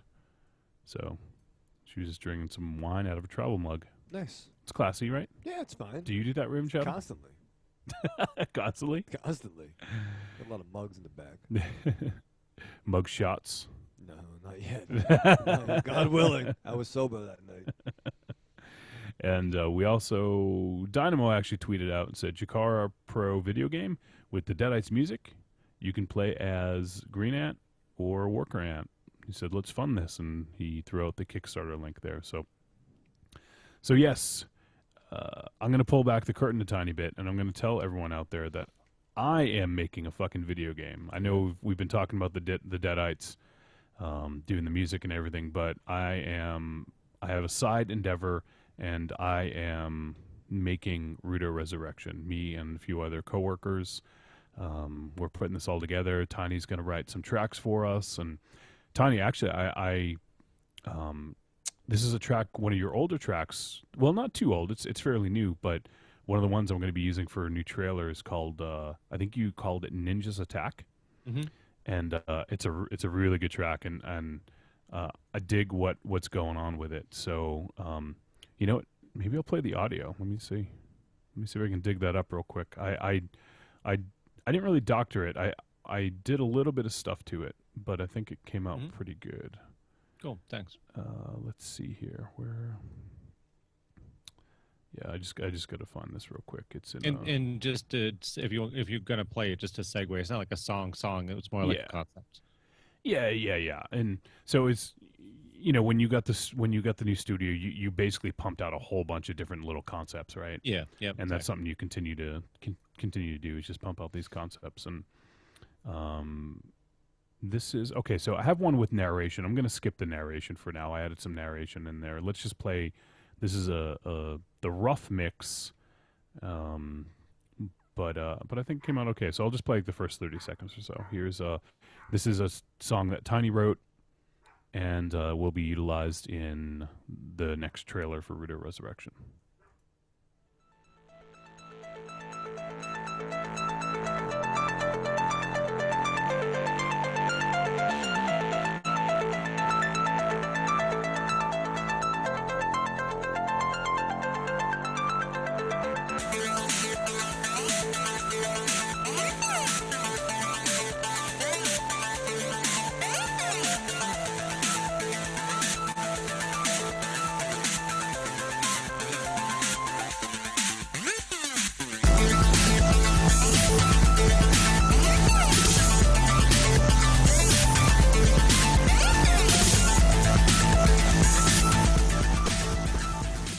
So there's a little bit of that track. What do you think, Raven Shadow?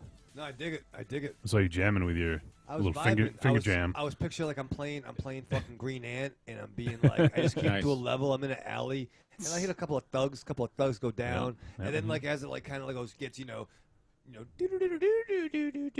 then like more thugs come in, and like I'm running amok. I'm picking up because in the fucking game you can use the whole environment. That's right. You can go over here. You can go over there.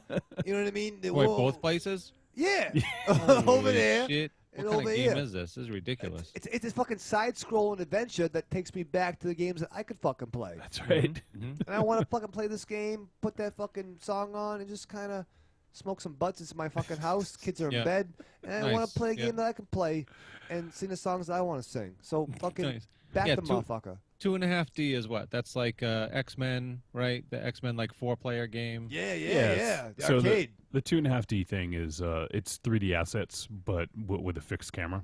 So so it's everything's in 3D. We have all the assets, the world, everything exists in 3 dimensions, but just having a static camera that moves side to side. So Nice. that's sort of what they get the 2.5D thing. And but yeah, it's very very much based on some of the classics of the genre, like Streets of Rage and Double Dragon and River City Ransom, Final Fight, X-Men Arcade, TMNT, Yeah. Final Fight, games like that. So But with the colors, I mean, it really looks like you're playing a comic book. and that's what we're going for. It So looks freaking phenomenal, definitely. Some of the stills, especially some of the concept stills, are amazing. Truly. cool. I'm glad that comes through for especially someone who doesn't really play video games and Raven Shadow. No, this is a game. Yeah. I want a fun. I got some fucking money I'm allocating. I want to play this fucking game. Yeah, I want to fucking play this. I can play this motherfucker. So I mean it's been a cool collaboration working with everyone, and like Tiny's been great giving me some tracks, and I'm real excited for this new trailer. I've been slaving. That's honestly that's why I didn't get a chance to watch the movie. So I've just been working on this, trying to get this new trailer out there because we have 9 days left in our Kickstarter campaign, and we still got a ways to go. So if you're out there and you want to help indie development, you want to help, whether you're a wrestling fan or not, whether you're a beat 'em up fan or not, this is an opportunity to get a pretty cool game out there, and also to have Deadites music featured in it. So even if you're not a gamer and you just want to eventually get the soundtrack with some Deadites tracks on it, you can go ahead, and the $25 tier will get you the soundtrack. So And no donation is too small or too big. that's right. The donations go anywhere from $1 all the way up to $5,000 or however much you want to give. One of the reward levels is to be in the game, isn't it? Or to choose a boss. Both actually. There's one that you can get your likeness in the game. Nice. So we won't make you a playable character just because we have an agreement with Chikara and we're using their characters. But you can get yourself put in as an NPC that will be seen in the background, and we may use it more than once. It could be featured prominentely. Yeah. So there's that, and then you can. What reward level is that? It's like up there. Somewhere, that's right? up there. That's 1,000. Yep. Because art obviously isn't cheap. We're gonna build a 3D. You have to create a freaking person from scratch. Yeah, build a 3D model from scratch, and then what we could do is we could probably even we didn't specify this, but we can probably even send you like some like a special we can't send you the model. Send them like a huge thing of silly putty, and then just they can roll themselves onto it and transfer their whole image. Exactly. There you go.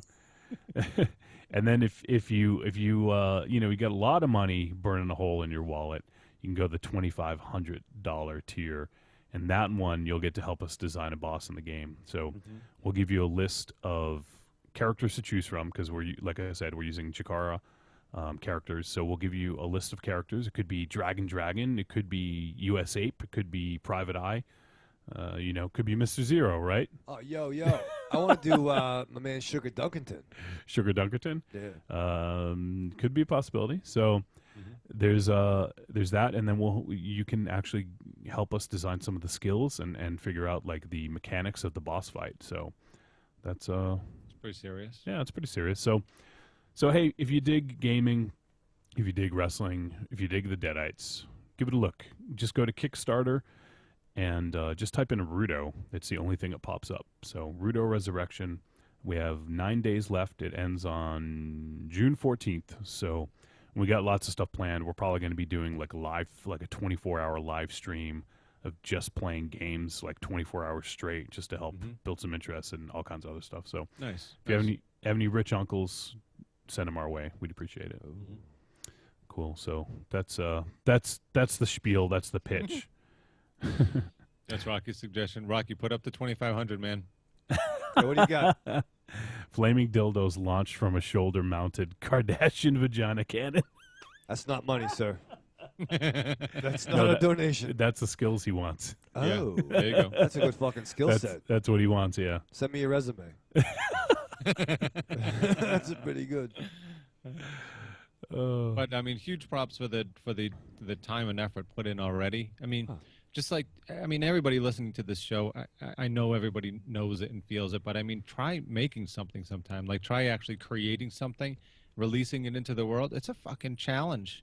You know, like we've been sitting on an LP for 20 years. You know, we just recently got an EP out by hook or crook. It was out. You know, and it is really something. So as much as we kind of tore up that movie last week and everything, or was it 2 weeks ago? Last week, right? Last week. Yeah, we like huge respect for the fact that it actually exists, and like huge respect for the props to us and Johnny especially for the fact that we're nearly 100 shows deep. Here that's not nothing. Like having consistency and actually releasing something in a way that can be consumed easily by the people that are interested in it. It's amazing. It's really something special. Yeah, and I haven't even. We actually got some props from Duncan Arsenal. It was a couple weeks ago now, actually, I think. But so Duncan, the drummer of Curtain Society, and Curtis Mayflower, he'd basically said, he's like, "Holy shit! Like, you guys are getting close to 100." He's like, "That's pretty serious. That's some serious." Dedication and like everyone, like maybe we've had a couple people miss a show here and there, but for the most part it's been like it's been the five of us for almost 100 episodes. So I mean it's pretty fucking crazy, and I don't want to toot our own horns or pat ourselves on the back, but it's one of those things that I don't really think about because we just get together and we hang out, and we've been friends for a while, and we do stuff in the band and other stuff, so it's just one of those things that it's not really a chore. It's a fun thing, and I think we sort of lost track of like hanging out a lot, and this is sort of an excuse to just hang out, and yeah, Rocky said it's really hard to put yourself out there for discrimination as artistic people. So much respect to those who do. Besides, artistic folks are usually fragile too, so it's scary. I'm fragile. Raven Shadow, hold me and tell me about the old days when you bathed. Hey, it was 1985. I had my Deep Six action figure in the bathtub. Just hit me up. Message me. We'll no, it's good. If you smoke enough, all the bugs just die and fall off you. It's good. Hey, it's true. I'm married. I mean, someone can fucking stand me. I gotta sleep in the shed, but no, it's nice. It's a nice shed. I got electricity. So I think it's a good place to wrap up. So if anyone out there wants to help support art, help support this game get made, the Deadites getting music on the soundtrack, go ahead and pledge. I'd certainly appreciate it. I'd come give you a hug if I could. Ooh. Maybe a handshake. Maybe a hand. Nope. Maybe, come on. Not one of those. There's gotta be, well, actually, what's the dollar amount for a handy? I may have to get desperate. I got a credit card right now. Come on, you want this funded? Stretch goals, yeah. I don't want to think about that. That's a I don't want to think about the connotations. Man, all right. So next week we're gonna watch the film The Seventh Curse as recommended by our boy Luan. We're gonna check that shit out. What else? That's it. We're getting close, man. Fucking 98 next week. I mean, if you count 0, it's coming up quick. Definitely. Yeah. I don't even have anything planned. Like that's a fucking shoot. Like nothing. We should get Captain Caveman on. That's just the first thing that came to my mind.